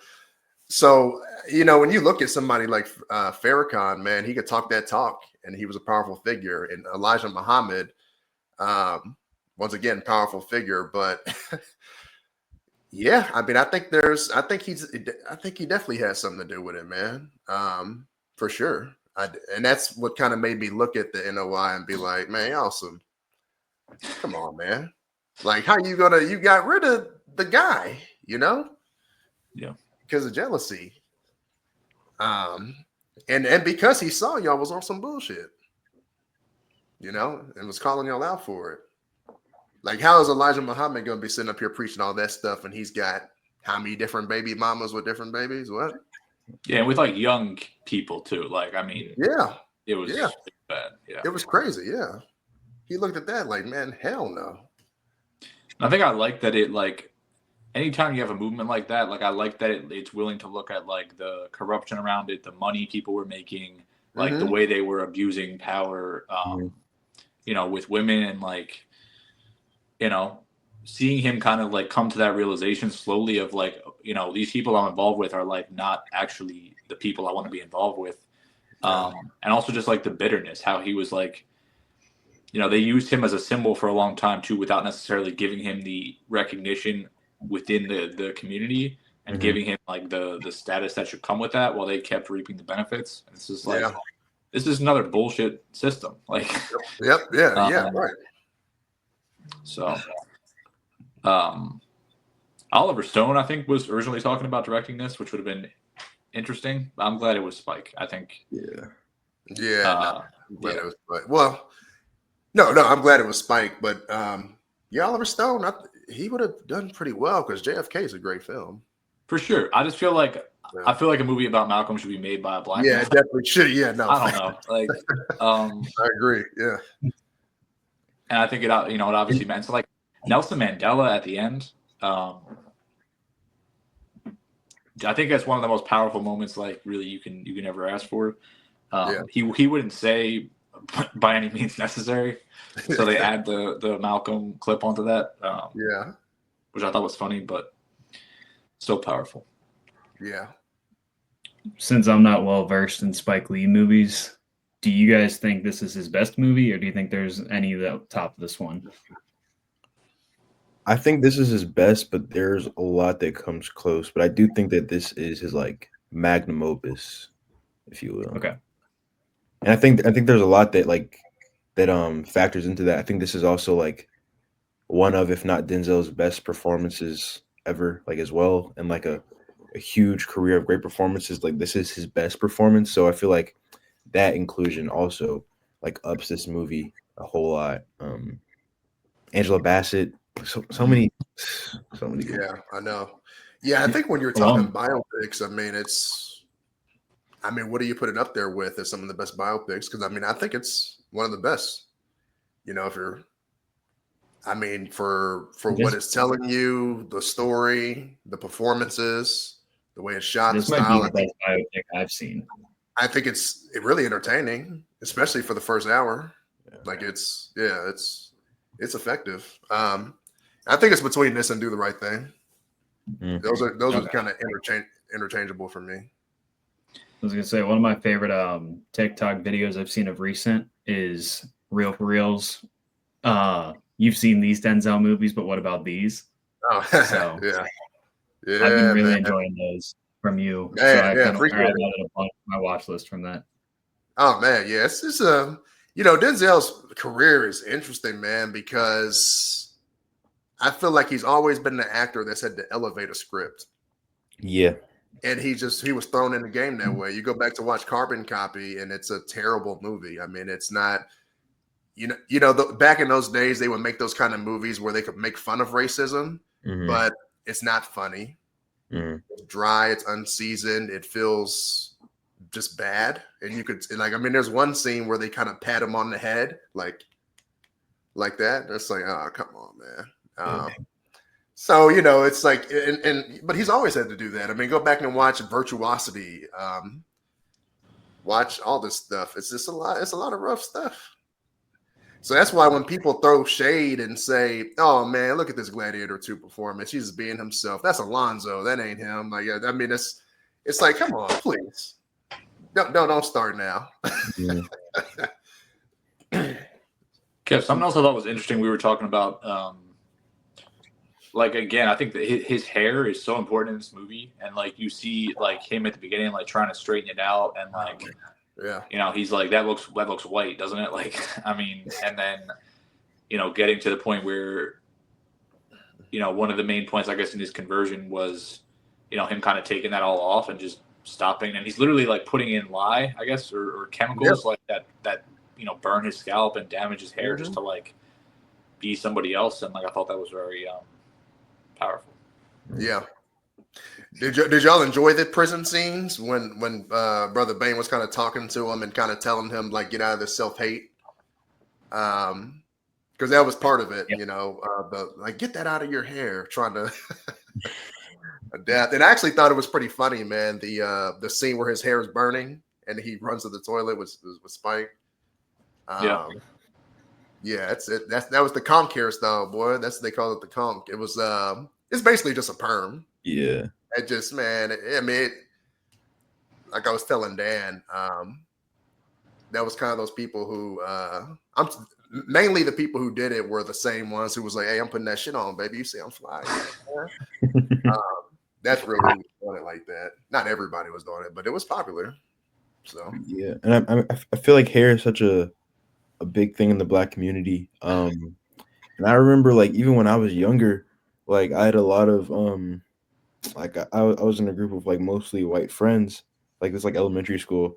And I remember coming home one day telling my mom, like I was like, I don't want black hair anymore. I want white hair. So it's like it's a huge thing within the Black community to like not feel proud of like your naturalness, because like the world is like so opposed to you, and like they pin you in this light that you're not good enough, or that what you have isn't like right. So I feel like that shines through Spike Lee's filmography, like the themes of colorism and like hair, like a lot of these complex themes that I'm able to relate to in my life, which makes his work even more powerful to me. So I just love that in his films.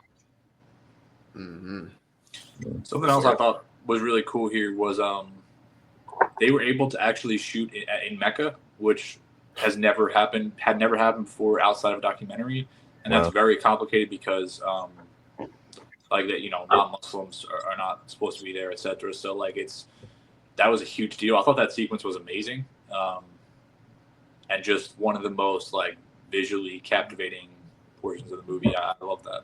Yeah. I think so too. Yeah. Who shot this movie? It was Ernest Dickerson. Yeah, Ernest Dickerson, one of my favorite cinematographers. This And movie, he also did School Days, Jungle Fever, Yeah. Moabite Blues, too. Mhm. Right? Mm-hmm. So great cinematographer. Yeah, he's good. Yeah, I think that is the definitely the highlight as far as how the movie looks and how it's shot, for sure. 100%. That's the standout. this was nominated for 2 Oscars. Yeah. Nominated for, you know, That is such a joke, man. different era, huh? Yeah. I mean, is it though? We're still dealing with the same thing. No, I was just thinking, yeah, I mean, because Nickel Boys ain't gonna win. But I wanted to win so bad. I hate what's happened to Sing Sing. I don't want to get Yeah. That just made me mad talking about it. But yeah, Al Pacino for Sin of a Woman won over Denzel for best actor. And I think Sin of a Woman is a great performance. I haven't but seen it. I think this, whatever.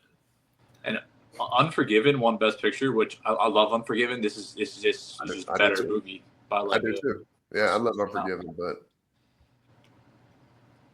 and Spike and Clint have had some beef over the years. I know. Yeah, which is pretty funny. And Tarantino, which you'd be happy about that. Yeah, which I mean is interesting because Samuel L. worked so much with both of them, and he's one of the people I think probably in the Black community that stood up for Quentin the most. But yeah, Spike was talking to Clint about how in Flags of Our Fathers and Letter for Iwo Jima he didn't have a single Black Marine basically, and Clint was like, well, there weren't really any Black Marines there. Spike was basically like, yeah, I don't care, it's still whack. He said, I also don't think that's true. Yeah, I mean, Clint Eastwood is definitely probably largely racist to it. Well, my joke with Clint is he likes to put himself in he likes to get in his movies now to say some racist shit. be an old man and get away with it. It's like, oh, that's just Clint. He, leave him alone. He 80 something. Yeah. But anyway, Spike's never been, afraid to clash with anybody over the years, and that's for sure. Surprising.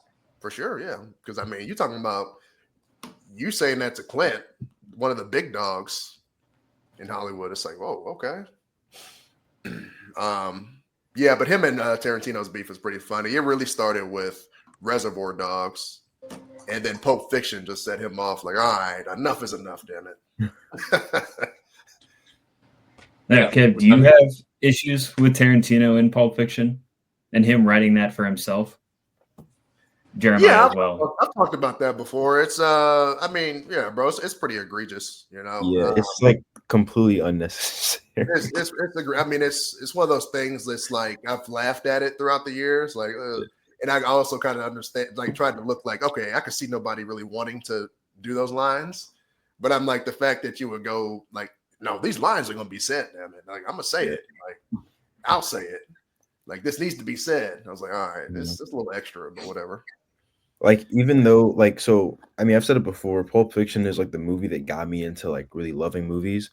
But even though I loved it on that first watch, that scene always felt weird to me.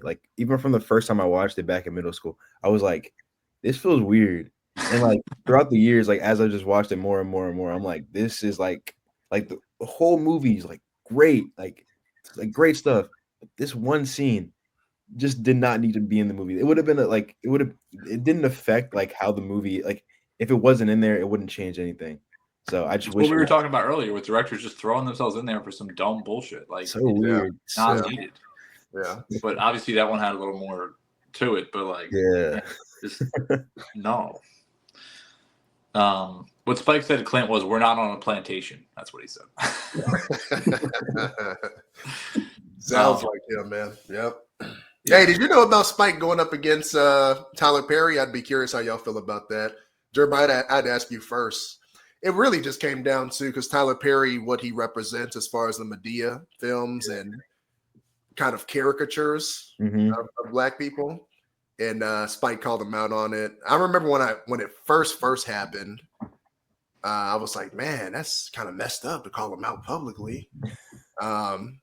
And by looking at it, I'm like, I get it. You know, Mhm. that is frustrating to see, especially if you make the kind of films you make.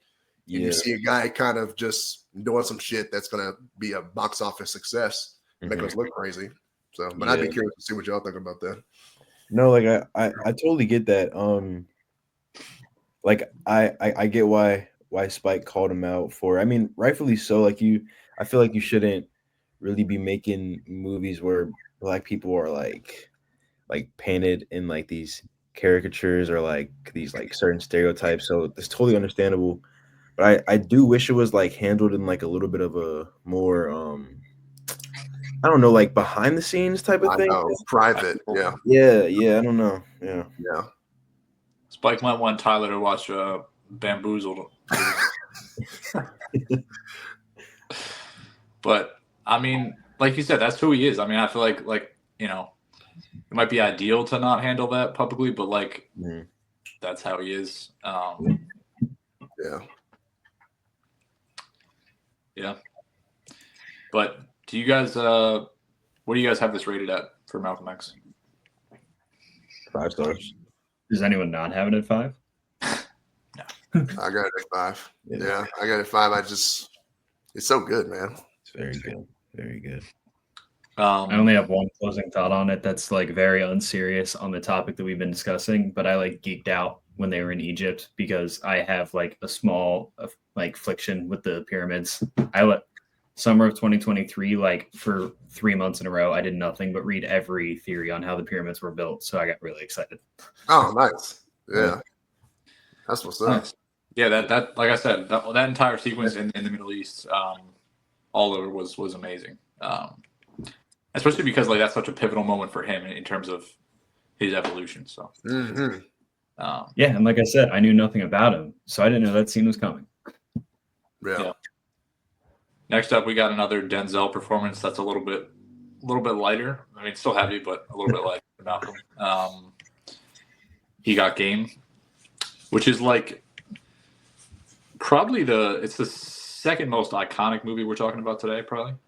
Yeah. Behind Malcolm X. Really? Iconic? Yeah. How do you guys feel about it in general? I'm a fan of He Got Game. I think I was the one who mentioned this one for the pod. I think, I mean, like when I first watched this movie, I'm a huge basketball fan. And I know Spike Lee has like impacted basketball culture in a big way, you know, with all of his commercials with Michael Jordan and like just like his general like appearances at basketball games and NBA games, stuff like that. And He Got Game, I think, is a important story because it's telling a story about a black athlete, and sports are so important in the black community, especially the sport of basketball.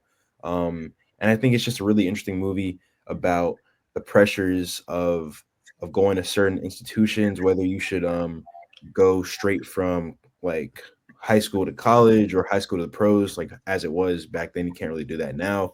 But just like the pressures of being a successful athlete, and like how people can kind of like become leeches and want to like leech off of you. I think it's like a very interesting commentary on being a young black successful athlete, and the way people operate around you when you are in that light.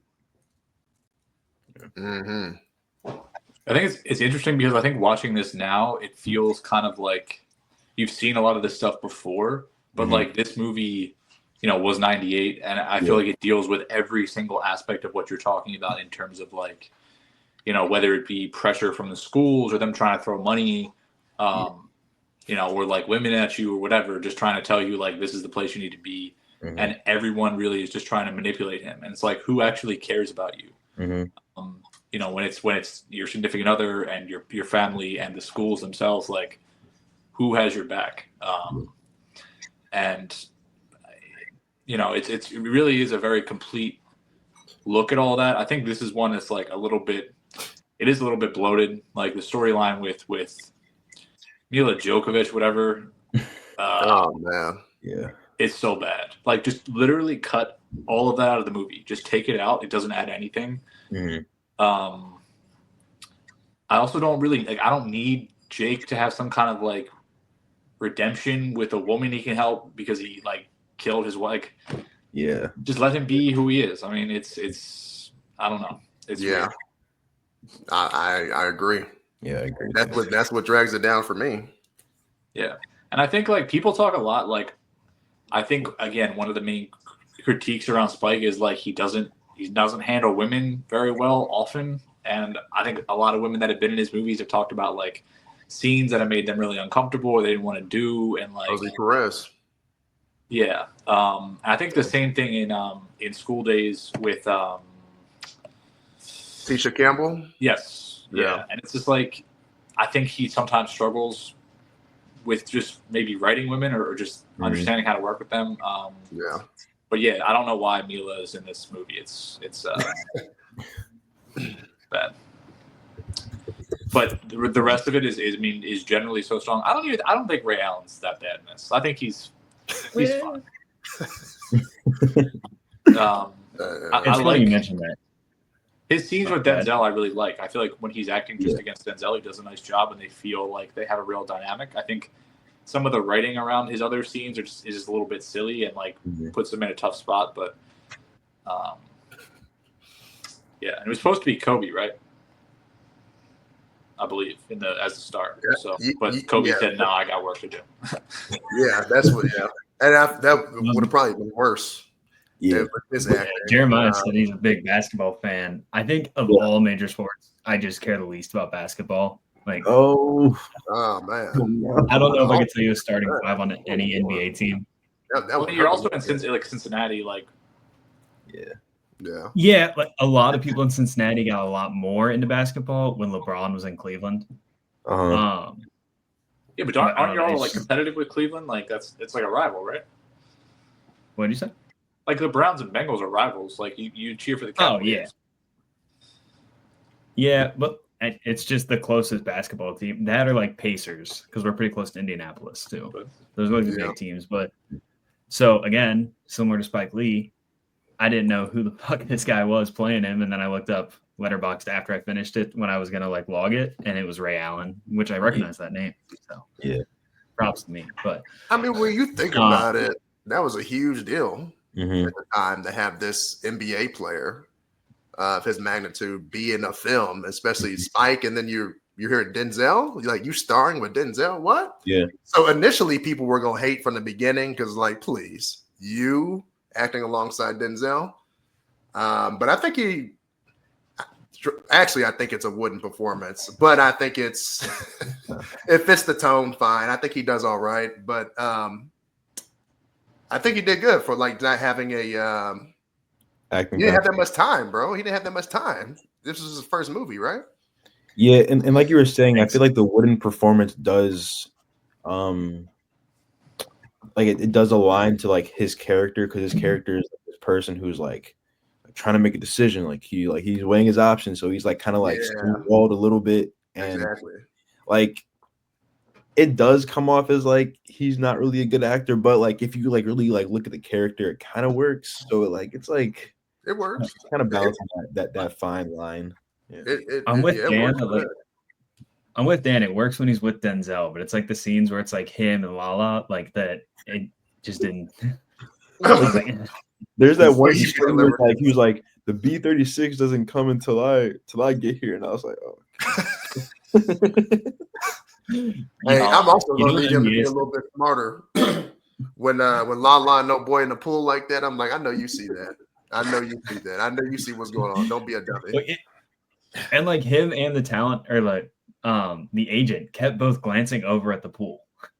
Yeah, I don't know if that was planned or not, but you know, an NBA star that does have a future in acting when he retires, though, is Anthony Edwards. Yeah. Oh yeah. Who's fantastic. Hustle. Yep. Hustle.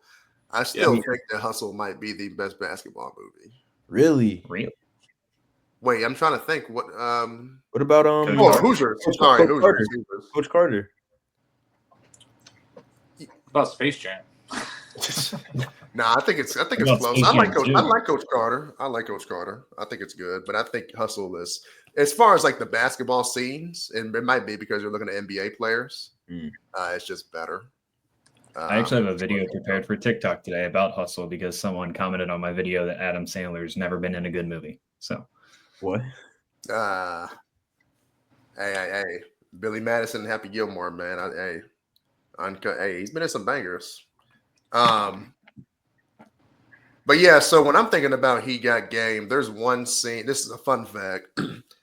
Denzel, when they play one-on-one, it was written in the script so Denzel doesn't score. But he ended up going against that and decided to score. And so that's how he got those 5 buckets. Now, he worked hard for that, don't get me wrong. So but he NBA player you're playing against. Yeah. And so they say that Ray Allen's acting coach was like chastising him for letting him score. And he's like, look, basketball is unpredictable. Once the ball's in the air, I can't magically just stop it from going in. I mean, he scored. That's called goaltending. Yeah. But yeah, I thought that was cool though, and it speaks to kind of who Denzel is. Like, I understand what's in the script, but at the same time, like, I'm not gonna just have 0 points. Yeah, exactly. I thought that was cool. I think another one of my favorite aspects of this movie are the scenes where it's like showing these like the similarities between father and son, between Jesus and what is Denzel's Yeah. Jesus and Jake. Yeah, Jake, Jesus and Jake. Like there's a lot of parallel editing, like showing them having the same characteristics and same like the basketball, the dribbling the basketball, dribbling the basketball, or like having the same like mannerisms, like little stuff like that. I really appreciate like the small details in the film that like kind of links them, even though they're like these two people butting against each other. Like they're still father and son. They still have these like the same DNA, that they're linked in that way. And I really appreciated those small details that are like sprinkled in the film. Yeah, that's that. You are your father's child, no matter what. Yeah, I like that a lot too. That was one of my favorite edits in there. And can we acknowledge for a second, Jordan's used to be 139, 150 with tax? Can we acknowledge that? Like, that's for me, that's where I was like, dang, man, the good days. Oh man. I do like that scene. Though. It's kind of a funny scene where he sees the ankle monitor. And so yeah, my cousin got one of those. It's been going around here in Coney Island. Yeah. I thought that was kind of an interesting one. I wanted to say really quick, the thing with Kobe, he was basically on board, and it was the 97 playoffs against the Jazz. Byron Scott got hurt. He came in to game 5. They were down 3-1. He airballed 4 times in the last at the end of the game. So basically, I think he got attached before that. Then he said, this offseason I'm going to work and get stronger and not let that happen again. So that's why he backed out.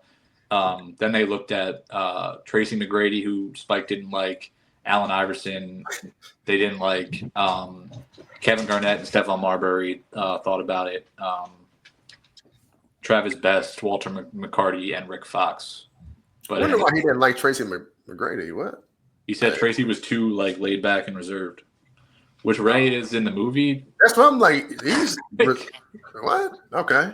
I feel like Allen Iverson could have worked a little bit. I don't know if Denzel being his father could have worked, but yeah, that would have been interesting. Especially because he's like a smaller guy. I think it would have been like a little like watching Ray Ray play against Denzel. I'm just like, Denzel's not scoring. Like, well, can we acknowledge that we think that maybe Kevin Garnett might be the best NBA player actor for Uncut Gems? Yeah. I mean, his personality is insane. I haven't seen it. Oh, shoot. Damn. It's worth it. You'll like it. It's a pretty stressful movie. It's not Shaq in like QB Halloween or Grown Ups too. QB Halloween. QB Halloween's a classic. Hey, Uncut Gems is quality. What's that movie Shaq was in? It was called Steel, right? Yeah, 1997. You guys seen that? Yeah, I've seen it. Okay. Apparently, he was also supposed to be in the Green Mile. So, and it's it. Yeah, that was going to be Shaq instead of Michael Clark Duncan in the Green Mile. No way. Hey, I would say though, there's a basketball movie with Shaq called Blue Chips, And that's actually a pretty cool basketball movie. It actually has some really good basketball scenes too. Just because you've got NBA players in it, but you got Nick Nolte. It's good. It's worth checking out if you've never seen it. When it comes to like sports movies, does basketball bring in the most professional athletes out of all of them? Over history, it's probably. I mean, I don't know. I feel like it might be the easiest too.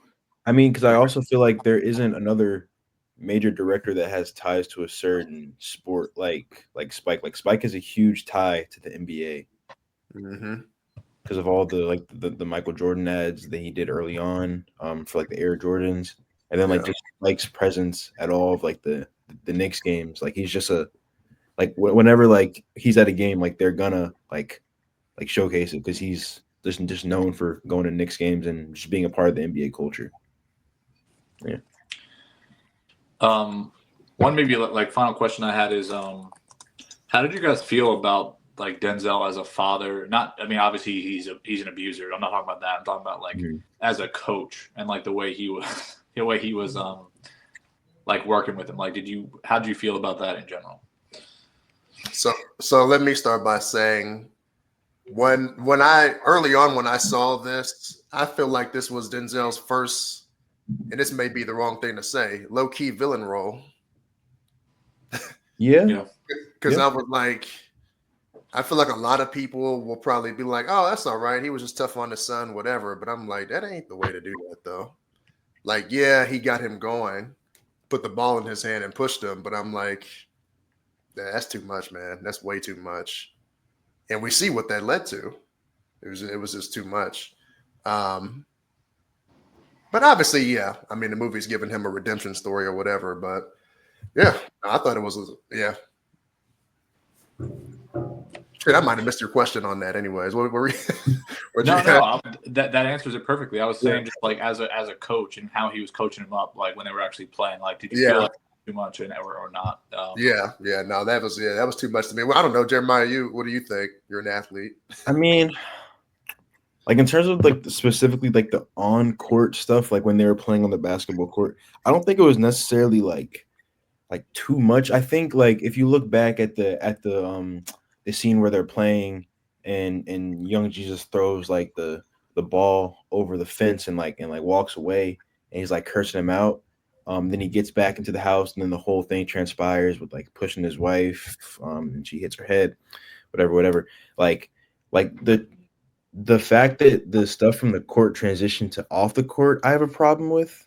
But like the stuff on the court, I didn't necessarily have a problem with because I feel like that's kind of like to instill discipline in a young athlete, you kind of have to like be on them a little bit.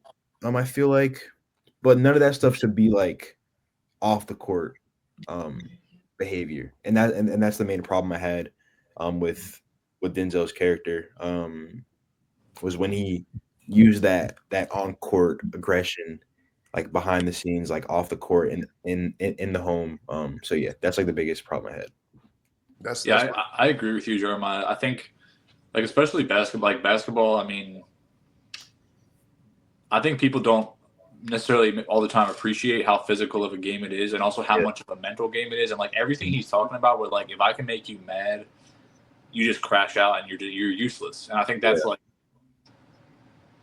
maybe more than any other sport, if you can get in someone's head playing basketball, they're cooked. And like they'll beat themselves and it doesn't matter how talented they are. It's one of the reasons I love the game. I think like you can not necessarily you cannot be as talented as the person you're playing against if you can like just play with energy and get in their head and get them off their game. Like you can, the game is not just I'm more talented, I win. It's like hustle and grit and how much you want to work and how much you want to play defense. Like it's so much of that. And I feel like that's what he was trying to get into him. But you can tell the place that was coming from in him was not the right place. It was coming from like his own insecurity and his own, maybe failed dreams or whatever. There you go. You hit it. That was like you said, as soon as you step off the court, it should be, good job, son. Yeah. Pat him on the back, supporting him. And that's where it's a problem where like, that's just who Jake was. So it's interesting. And like, But like you said, Kev, I agree. He's not really redeemable, or he's not really someone you like are really cheering for. I think you see a decent guy in there, but at that point he kind of just is what he is. Watch the as you're watching that scene where he's tough on his son and pushing him or whatever. Watch the reaction of the buddy that's standing there watching, having a drink, and he's like, "Come on, man, come on, man." And that's for me, like that for me, it was like confirmed, like you're doing too much. Mm-hmm. You're doing too much. Yeah, I mean, if he's at one point he's just like shoving him like that after the play, like but I mean, I think like physical play is different than that. It's a fine line, and I think like the question then becomes, it might be successful in that it pushes that kid, but then what are the effects of that on them down the line, and like what is the effect on them mentally or with their development as a person or whatever. So, well, I was gonna say, in that scene, is he giving him any credit for the buckets he's getting? No, I think he did one. There's not a lot of that's the problem I have with it. Like, you can get in his head, but that's your son. You got to give him credit too. Mm-hmm. Like, you got to do both. I'm like, nah, man. And it's like, even after he came back to the house, like he wasn't like telling him like, "Oh, you did a good job," whatever. Like you had some like good shots. He's just talking about how like, and this kind of makes sense. Like, he's talking about how he like threw the ball over the fence and how it wasn't necessarily his ball to throw over. Like it was like that's my property, and you kind of like you didn't think about it in that light. You kind of just threw it over, and you got to be more mindful of how you respect other people's properties. But like still, like you shouldn't like just like fully rag on your kid like that. Like you should at least have some positive comments and like reinforcement to provide once like you step off the court. So I mean, he's supposed to be 6 years old, like crazy. Like, come on now. Yeah. Hey, did anybody else? This is probably not something to laugh at, but that pimp, which I like I told y'all that. Well, Dan, you said it first. That whole prostitute stuff, they should have cut that. But I was laughing at how he said, "Yeah, you look like Kim Novak." With the wig on, and I'm like, he over here building up her self-esteem. All the way to smack her. I'm like, man, this dude's a piece of. I was like, get him off the screen, man. I'm tired of seeing that whole storyline was crazy. Yeah, all that stuff could have been cut. Like it just felt like it was off. Like it just didn't need to be in there at all. The pimp, I forgot that guy's name, but he plays in quite a bit of Denzel movies too. He's in Clockers too. I don't know if y'all watched that yet, but yeah. Well, it also didn't make sense to me either, because like the first time Denzel really interacts with her, he's like talking about like, no, I'm not that kind of guy. Like I'm really just here to like check on you and like help you get better. And then the next time he sees her, he's like paying her money to sleep with her. Gave her the entire bando, all of it. There you go, everything. Just to go Jason Biggs American Pie on. Like, oh man, come on now. Another actor I wanted to mention quickly who's in a lot of Spike stuff is Bill Nunn. I always like him when he pops up. Obviously in Do the Right Thing, I guess most notably, but he's solid. He's for sure. Yeah, is that Uncle Bubba? Is that his name in the movie? Yeah, he cracked me up, man. And John Turturro is the coach. He's hilarious. Yeah, that was a hell of an intro. Yeah, I just think this movie's good in like we just saw like the NIL deals come around so kids can actually start getting compensated. But the way that colleges take advantage of athletes and then spit them out is like crazy. And, it gets into, professional leagues as well in terms of how they can exploit people. I think a lot of times that often has been like African-American people, and it just becomes like kind of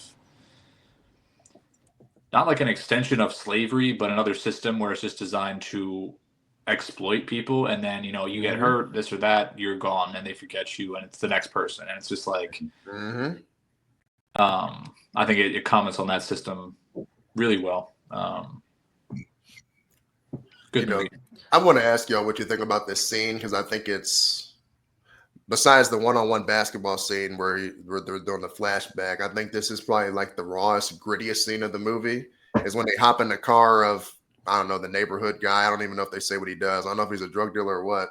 and then he's kind of giving him game on what's going to happen and what your future could look like, and like the like the different cuts that's going from showing the sex scenes to the drug scenes to this to that to everybody asking for money at the close-up shots of the face. I was like, it's a pretty raw ass scene. Like that scene is just gritty. Yeah, it's very gritty. Yeah. Yeah, I agree. It's very, very thorough in how it looks at all that. Do you guys have any last thoughts on this?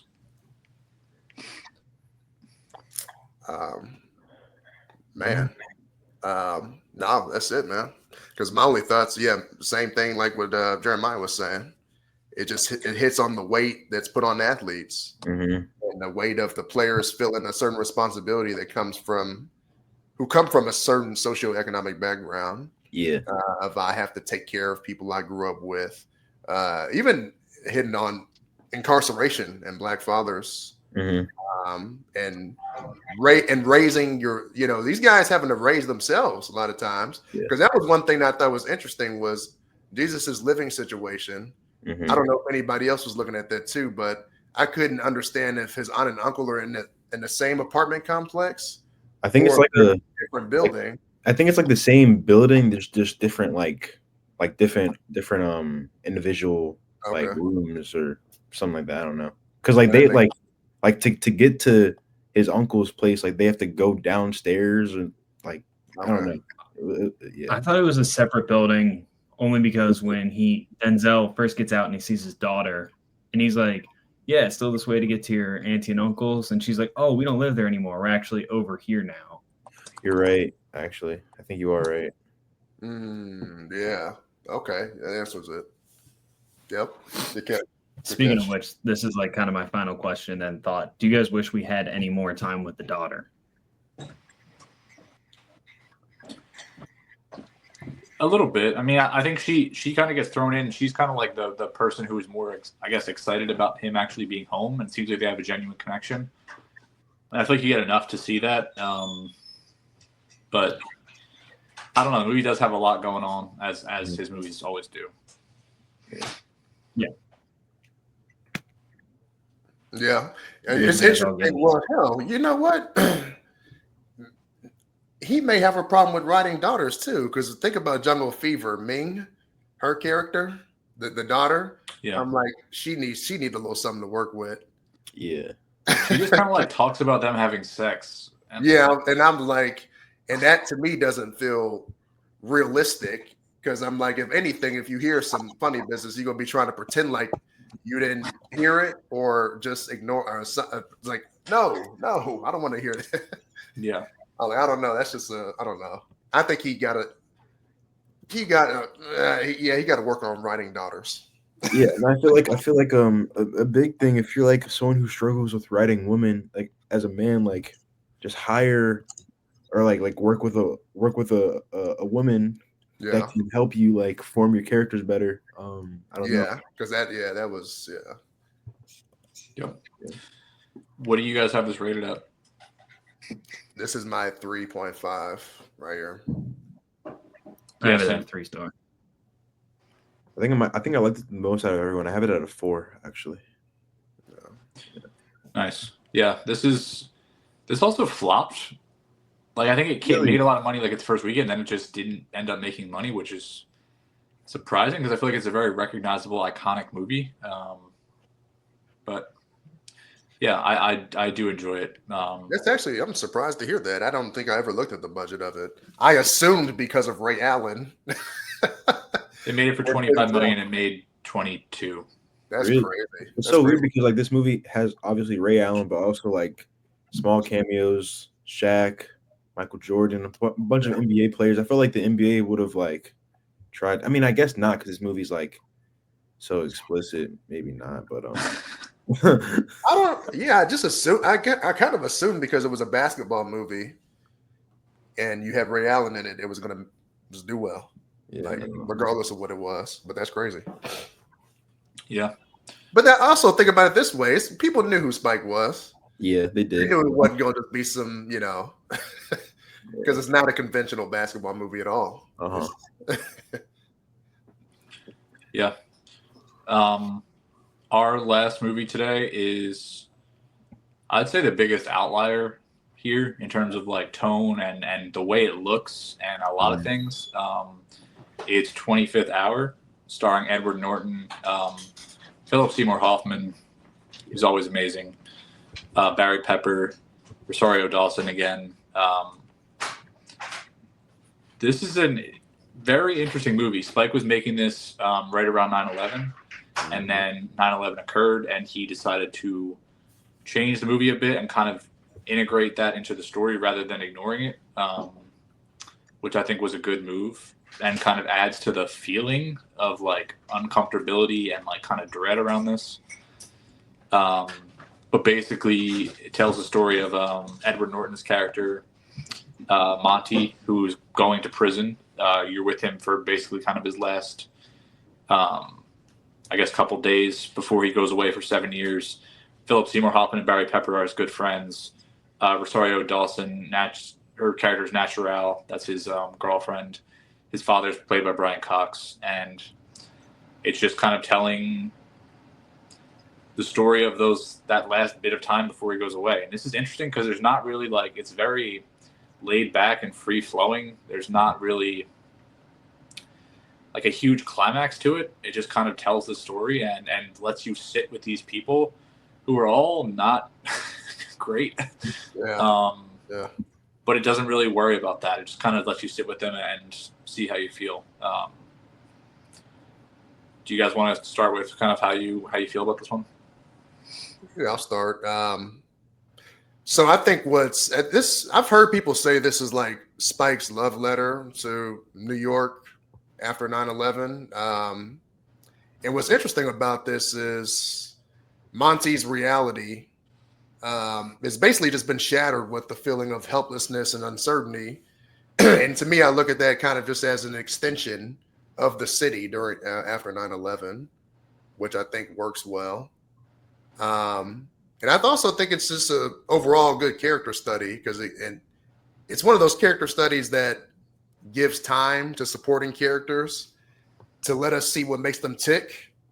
And we see how people respond to Monty's incarceration. We see how people outside of their relationship with him are for a bit, mainly with the two friends he grows up with. So I think it's pretty solid overall as far as characters and just dialogue and the heart of New York at that time. Mm-hmm. Yeah, I agree. I think this is one of the. I mean, I'm a big fan of all of Spike Lee's movies, but I do think that this is one of his better films. I think Edward Norton is probably one of the best leads that we've ever gotten in any Spike Lee movie, in my opinion. Do you guys think that the structure of a film like 25th Hour benefits Spike Lee's style as opposed to like some of his other movies that kind of feel a little bit bloated? This feels a little bit more like free flowing in a way, like less structural. Do you think that Spike Lee's style benefits this type of story as opposed to some of his other works? Yeah, I think it does. I do, because there's a lot of this is just conversation and just coming to understand and flesh out these characters. I think a lot of times Spike is always like building up to something crazy, something big happening. And there's sort of that moment with like the beating, I guess, he gets at the end. That's probably the most intense moment in the film. And like, I was talking about how Spike, I think sometimes maybe doesn't like silence or is uncomfortable with it. Like he just lets that sit, and I love it. Like I like this movie is like the quietest movie we're talking about today. Yeah. Which is interesting. This was based on a book by David Benioff, who is half of the creators of Game of Thrones. And he stayed, I think, pretty faithful to the book. It's interesting because all three of these leads, Edward Norton's character was a drug dealer. I assume he's selling like heroin or something serious. He's involved with like the Russian mob. Not really someone that the movie seems to want you to have pity for him, which I think is up to you on whether you do or not. his main concern seems to just be getting raped in prison, which he talks about over and over and over. That's all he's thinking about. Mm-hmm. He doesn't have guilt for what he did at all. It doesn't exist. Mm-hmm. He's concerned about himself in prison. And I think towards the end, he's kind of concerned about just missing out on parts of his life with his friends and his girlfriend, because he also comes to understand that his girlfriend isn't the person that snitched on him, which was one of his concerns throughout the movie. It turns out it was Tony Siragusa who's here as a Ukrainian drug dealer for some reason. Yeah. But it's interesting. And then he has, Philip Seymour Hoffman's character is like a high school teacher who like has a thing for one of his students, and his kind of struggle is trying to not act on that. And you kind of deal with his morality, and that's sort of his struggle. And then Barry Pepper's character is like a Wall Street scumbag who is, manipulating, I guess, like the market and taking advantage of people financially. And he has this, his apartment sits above ground zero, and he's kind of looking at that all the time, and doesn't seem to really bother him because he likes the spot. Like they all are very flawed and dealing with a different guilt or lack thereof. And it's just interesting to sit with all of them and see what's what. Yeah, for sure. It fits the characters really well in this. But speaking on that, one of the like strangest scenes to me, and like it didn't take me out because it does fit the characters, but like Edward Norton's character talking to Philip Seymour Hoffman's character about like that girl that he's kind of interested in, and him almost justifying it by like, well, she was only 17 when her and I started dating, and look how that turned out. Yeah, he's not really like a likable or redeemable character, but he's the protagonist, and I think it's interesting to see, how you feel about him. I don't really know what Spike was intending there or what Benioff was intending, but he's definitely a slimy guy. I was gonna say, it was that makes him not redeemable for me. Like selling the drugs, like I can get over. People can learn to be better from that, but like going after minors, you're unredeemable for me then. I almost feel like Spike was trying to show you somebody who was pretty clean cut, unassuming, who came from, who had all the opportunities. And I don't know if people will relate to it like that, but I feel like a lot of people probably will, because it's going to show somebody who stayed in it for too long and should have gotten out sooner. And I think if you knew somebody or whatever, you'll be like, man, I knew somebody like that. Got caught up on some stuff. He was a private school kid, whatever.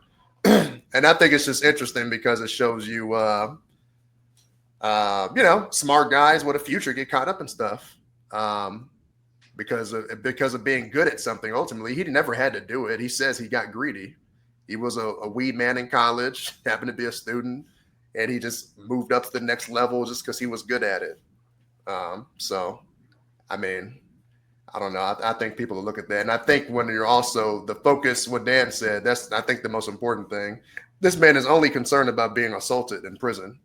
He's not necessarily apologetic about anything, the lives he's affected, any of that. He's just like, look at me. When they see me, they're going to tear me alive.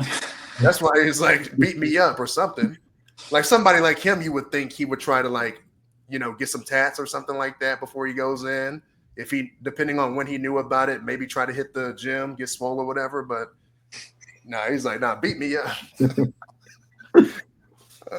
And all that for nothing because he doesn't even go. But I think Jake's character, what's his name? Is it Jacob? The Wall Street friend. Barry Pepper's character is Frank. Jacob Frank. is Seymour Hoffman. Yeah. So his character is interesting to me because I don't like. Do you believe him? Like it's almost he's definitely like he's talking all this mess about him. Like, hey, after he gets locked up, it's over with. It's done. Like you might as well forget about him. He messed up his own life. Why would you feel about all that kind of stuff? And then when they get to the club, and I don't know, I guess after they've had some drinks, he's trying his best to uplift him. But it's like, how do y'all feel about him? Like, I think I think the two of them are there to show like the kind of dichotomy and like how people will react towards a friend like this who's going to prison. Like, Yeah, right. you know, someone might act supportive, but they have all these thoughts, they have all these judgments, the same judgments that the audience might bring, and then you have someone like Philip Seymour Hoffman who's, I guess, a bit more supportive and kinder about it.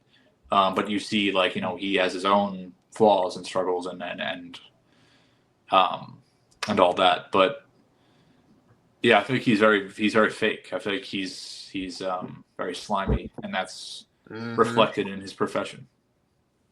Yeah, for sure. It's a very strange movie. It's very interesting. I think it's also interesting what you said, Kev, where this is dealing with people that like do have opportunity and like don't like, you know, don't have to necessarily. They're all in a situation by their own doing. Like they all can just choose to not do what they're doing. They don't have to do it. You know, it's because they can. I think it's interesting also, like, this is Spike making a movie with like all white people basically, like higher class white people, and he's, you know, a lot of the stories we're dealing with today are obviously about black folks and from a wide range of like economic backgrounds, and it's interesting to see Spike working with a cast like this and telling a story where he's saying like everybody has problems, like and those problems like might even be present in places where you wouldn't expect them to be. But it doesn't matter what you look like. It matters who you are, what you do, the choices you make. Like that's what this is kind of saying. So it's interesting.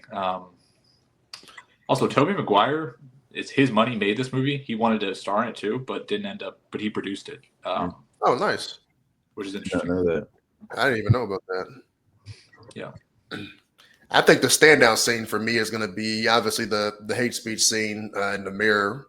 Just furious calling out every economic, ethnic, sexual orientation, just despising everybody in New York, only to look at himself and really just say, F you, Monty, because I screwed myself, ultimately. Like, I hate everybody, but I ultimately hate myself. I think that scene, for me, hits pretty hard. And the, obviously, there's 2 dolly shots in here that were pretty cool, too, at the club. I don't know if y'all like that or not, but.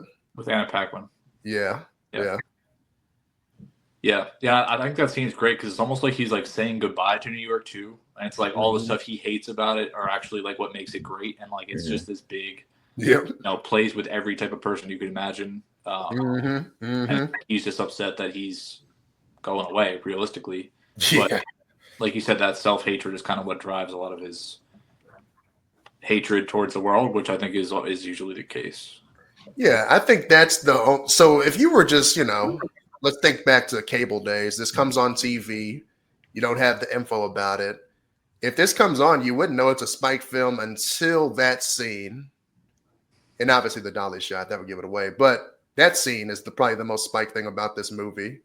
Also, I would say towards the end, which I like that monologue the father has given him about a second option of taking that exit on a turnpike and kind of starting over, basically become a fugitive. But the way that plays out and ends, I was like, I like that ending too. That's pretty Spike-ish. Yeah, what did you guys make of the ending? Like, what do you think? I still think he goes to prison. He goes to prison. That's what I think. But and just having an actor like Brian Cox to to you know close it up is really nice. I thought that was a nice touch. I like that ending. They also made this for $5 million, and it made like 25, so like a good successful win for Spike there. Yeah, made up for He Got Game. Yeah, made up for that for sure. This is a pretty solid one. I mean, I think this is one a lot of people. If you look at Spike's filmography, I think 25th Hour would make it in a lot of people's top 5 for sure. Respectively, it's just a solid film. Like what Dan was saying earlier, the plot structure is different to the point where it doesn't necessarily it's characters talking, it's dialogue, and it doesn't necessarily have like that ending that you think. Like it just kind of does what it does. It flashes back and forth, and then the ending is what you get. Yeah, I'm trying to see when Spike made this. So he made this. It's 2002. He made Bamboozled in 2000, which was after the original Kings of Comedy, which was after Summer of Sam. Yeah. And then after this, he made She Hate Me, which I hate that movie. You hate it? I haven't seen it. Then he made Inside Man in 2006. Okay, so that was the next real thing he had after this. So Yeah. Inside Man is phenomenal. Yeah, it's great. I have not watched it. Definitely check that out. I think you'll enjoy it. Would you guys have this rated? I give it 4 stars. Yeah, I have this at a 4. I wrote a 4 as well. Half star, just for the opening of the dog yelping. But actually, I have it at a 4 star. Let me tell you, Spike Lee does some great opening scenes to get your attention. For sure. Yeah, that right there. That was tough, man. Yeah, and that scene, I just want to say one more thing. I think that scene is so interesting because it starts out with this bruised and battered and like beat up dog that, Tony Siragusa basically says, let's put it out of its misery, whatever. And he looks at it and sees something in that dog. And then that dog is with him throughout the entire story. And then you end with him like beaten and bruised and going off to jail. And the audience, I guess, is supposed to say, he's a criminal, this and that, like, forget about him. And it asks you, like, is that how you feel? I think it's just that through line I think is really strong and just, it's a simple story, but makes you think. I mean, at any point in the film when you were watching it, did you think Rosario Dawson had turned on him? It didn't really make sense. I would say no. Yeah, okay. Like, you need the why, so. Okay, I got you. Yeah, but 4 stars for me. 4 stars for sure. Yeah. What do you guys think is his best movie? We all think it's Malcolm X, or? I think so. I think it is Malcolm X. Yeah. You guys have a close. Oh, I know for Kev, you said Do the Right Thing. Does anyone else have like a close second? Not yet. I'm rewatching Do the Right Thing right now. Ooh. It's not my favorite. Yeah, that's understandable. There's a lot of, I don't know. I've heard people say that. A lot of just talking. You feel like? Well, like I said, I don't think Spike's a great actor. So like straight him being there, I'm just kind of like, it feels very much like theater. It was kind of like that, like not quite realism, but it's also dealing with like very heavy and very real topics. So I feel like it's a little bit strange. I feel like some of the conflict can feel a little bit forced and like just, I don't know. I'm going to finish it and chew through it and maybe try to talk about it. I see what you mean. I mean, it does feel like theater in a way, as far as the performances and the way they deliver and some of that. Even Giancarlo, how animated he is. Yeah. Some of it and some of this stuff. Now, one thing I do laugh about, and I laugh at this today, I go like, hey, now look, brothers, y'all can't be mad they ain't got no brothers on the wall. This Italian spot. Would you put some Italians on your wall? Yeah, even that scene, that was like the first conflict, right? I'm like, why does he care? Like, it's just like this feels forced. And then Danny Aiello's reaction, like, do you pull out a bat to that? It's just like, this just feels all so forced. I don't know. And I feel like it would have been so easy to write something that would have made a bit more sense there, but I don't know. I know people love it. I'm going to finish it and see how I feel, but very underrated Spike Lee film for me that I say it's underrated. Inside Man is like one of my favorite Spike Lee films. I love it. It is underrated. Yeah. Really great movie. I think I had that at a 4.5, I believe. Yeah, love that one a lot. Jeremy, I feel like you would like. I feel like you like Crooklyn a lot too. Do you like Crooklyn? Yeah, I've seen Crooklyn. I think I have it at a 4. Really? Yeah. I also really enjoy Clockers a lot too. Clockers is one that, hey, man. Clockers is dope. Yeah.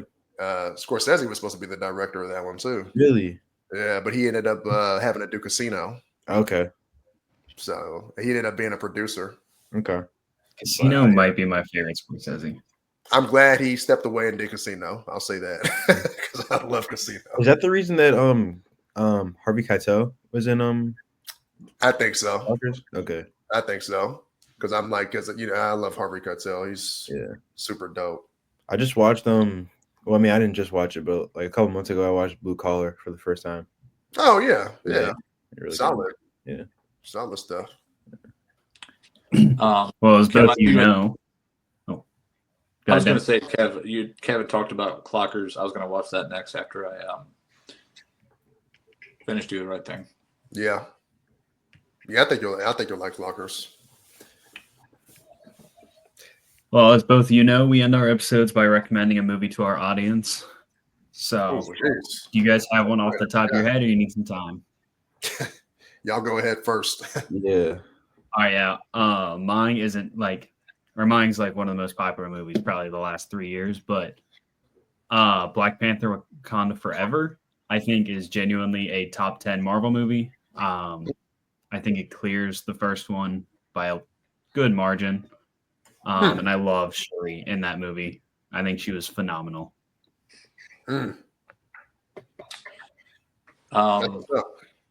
Nice. I watched it's on the movie app. I think you can rent it too, but I watched The Fall. It's a Tarsem Singh movie from 2006.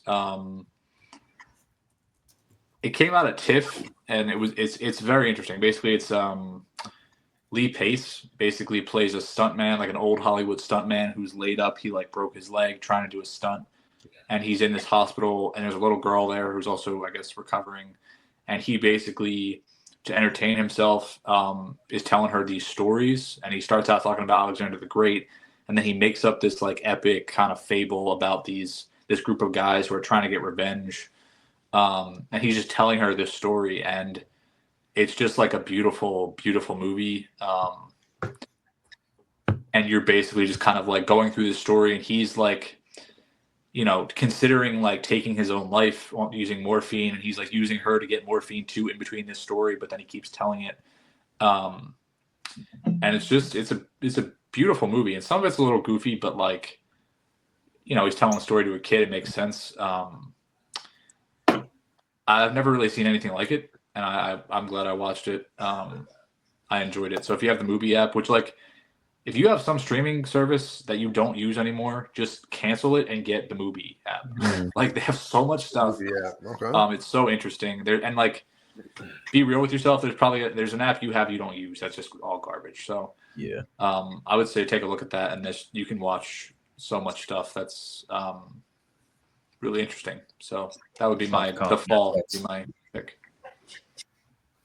Add it to the watch list. It's added. For me, I'll say The Manchurian Candidate 2004 specifically, because I was rewatching Denzel's filmography and catching up on stuff I had not seen. This one I did see when I was younger, but I think this one ages really well, man. It's basically it goes over the Gulf War, and he's a major that ends up after the Gulf War having nightmares, and he's having the same nightmares as the running vice president who's played by Liev Schreiber, or Liev Schreiber. That's how you say it. But they're having the same nightmares, and it just I feel like it ages well. Hitting on corporations and what they could do. So political party. It's about MK Ultra, right, Kev? Yeah. Have you ever seen the original? I think is considered like to be amazing from '62. It's Sinatra and Lawrence. Oh yeah. I want to watch that too. No, it's good. It's really good. So, Jeremiah, you got something? Yeah. Just the other day, funny story actually. My girlfriend's mom was playing a song, and she was like, "Jeremiah, have you heard this song?" And I was like, "No." She's like, "You've never heard this song? It's from the movie The Deer Hunter." And I was like, "I actually haven't seen The Deer Hunter." So it was like 9:30, maybe 10 o'clock.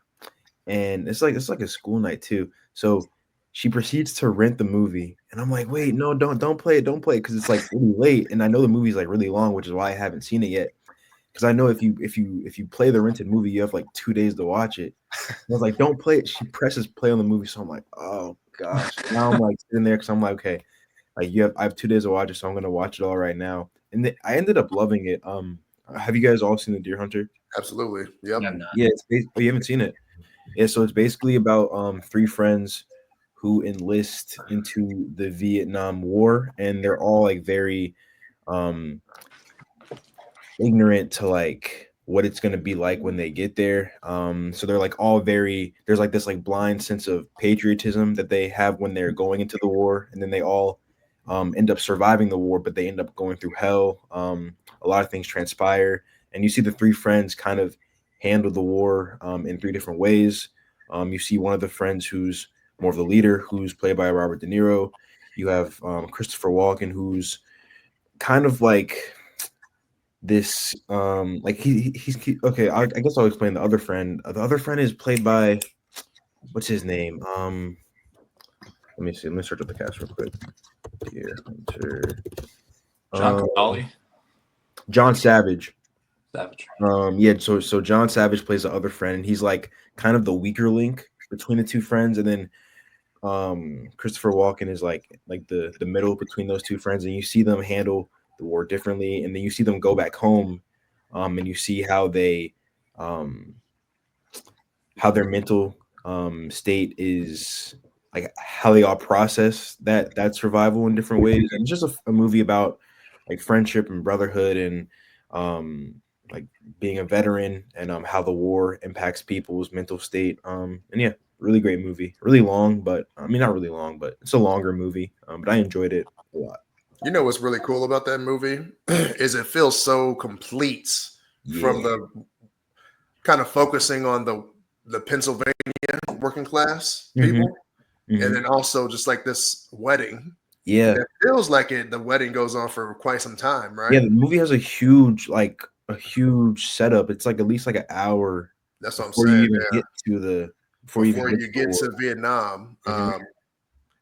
And I think that's what kind of makes it stand out to the after effects of it. It's up there, man. I think it's a phenomenal film. The only thing I was like that I take away from that movie, that I take points off from, is the Russian roulette stuff, because it's not actually documented that happened. And so I'm like, that's a little, but yeah. Y'all like it though. Yeah, I need to watch. Have you seen it? I made a video talking about Christopher Walken, and I was looking into why he kind of has his cadence and stuff, and how he started taking all the punctuation out of his scripts when he would get them, and then would just create his own, or just remove it completely, and how that's kind of how he developed the way he delivers his lines. And people were telling me, someone said something in the comments about The Deer Hunter, and I was like, that's like one of my biggest blind spots. People keep telling me I need to watch it, so I'm going to make the time soon. Have you seen it, Connor? I have not. It's been on my list for a while. I know my dad talks pretty highly about that movie. Meryl Streep too. What was that? Curious to hear your thoughts. Meryl Streep is in it too. Yeah, Meryl Streep, great. John Cazale, a lot of great actors in it. Great cast. Heavy hitters. Yeah. Those are all great, Rex. All right, boys. Well, I appreciate you coming back on again this early in the morning, especially for you, Kev. Before I appreciate it, man. Tell our audience where they can find y'all. You can find me, the ReelforReal, on TikTok, Instagram. We have a podcast, obviously, Apple, Spotify, Anchor, all that good stuff. REEL for REAL.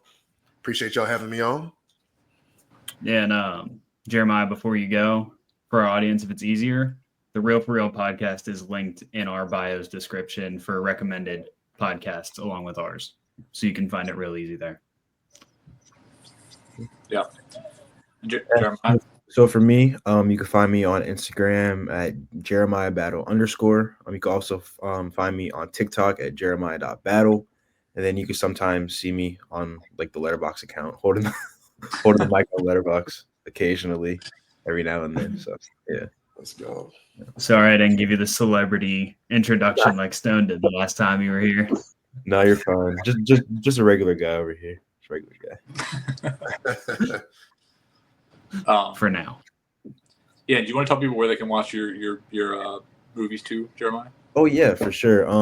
Yeah, so all of my short films are on my YouTube channel. It's just my name, Jeremiah Battle. Yeah, I just released a short film not too long ago called Possibly Positive. Very I think good. it's making its way up to like 200K views, which is crazy. I don't know how. Like, it's so weird. The view to like ratio is like super off. I don't know how it or why it's getting so many Just views. take it. Just take it. I'm taking it. Taking I'm taking it. But yeah, I'm super excited about that release. And I'm also making a short film pretty soon called Lilies, which I'm very excited about. I'm shooting it in about a month. I think April 4th, 5th, and 6th are our shoot days. So I'm really excited about that. And it should be coming to you guys pretty soon. So Awesome. Excited for that. That's what's up. yeah. Nice. All right, everyone. Yeah, Well, it's been Stone great would to say- see. It's been great to see your stuff, Jeremiah. You do a great job.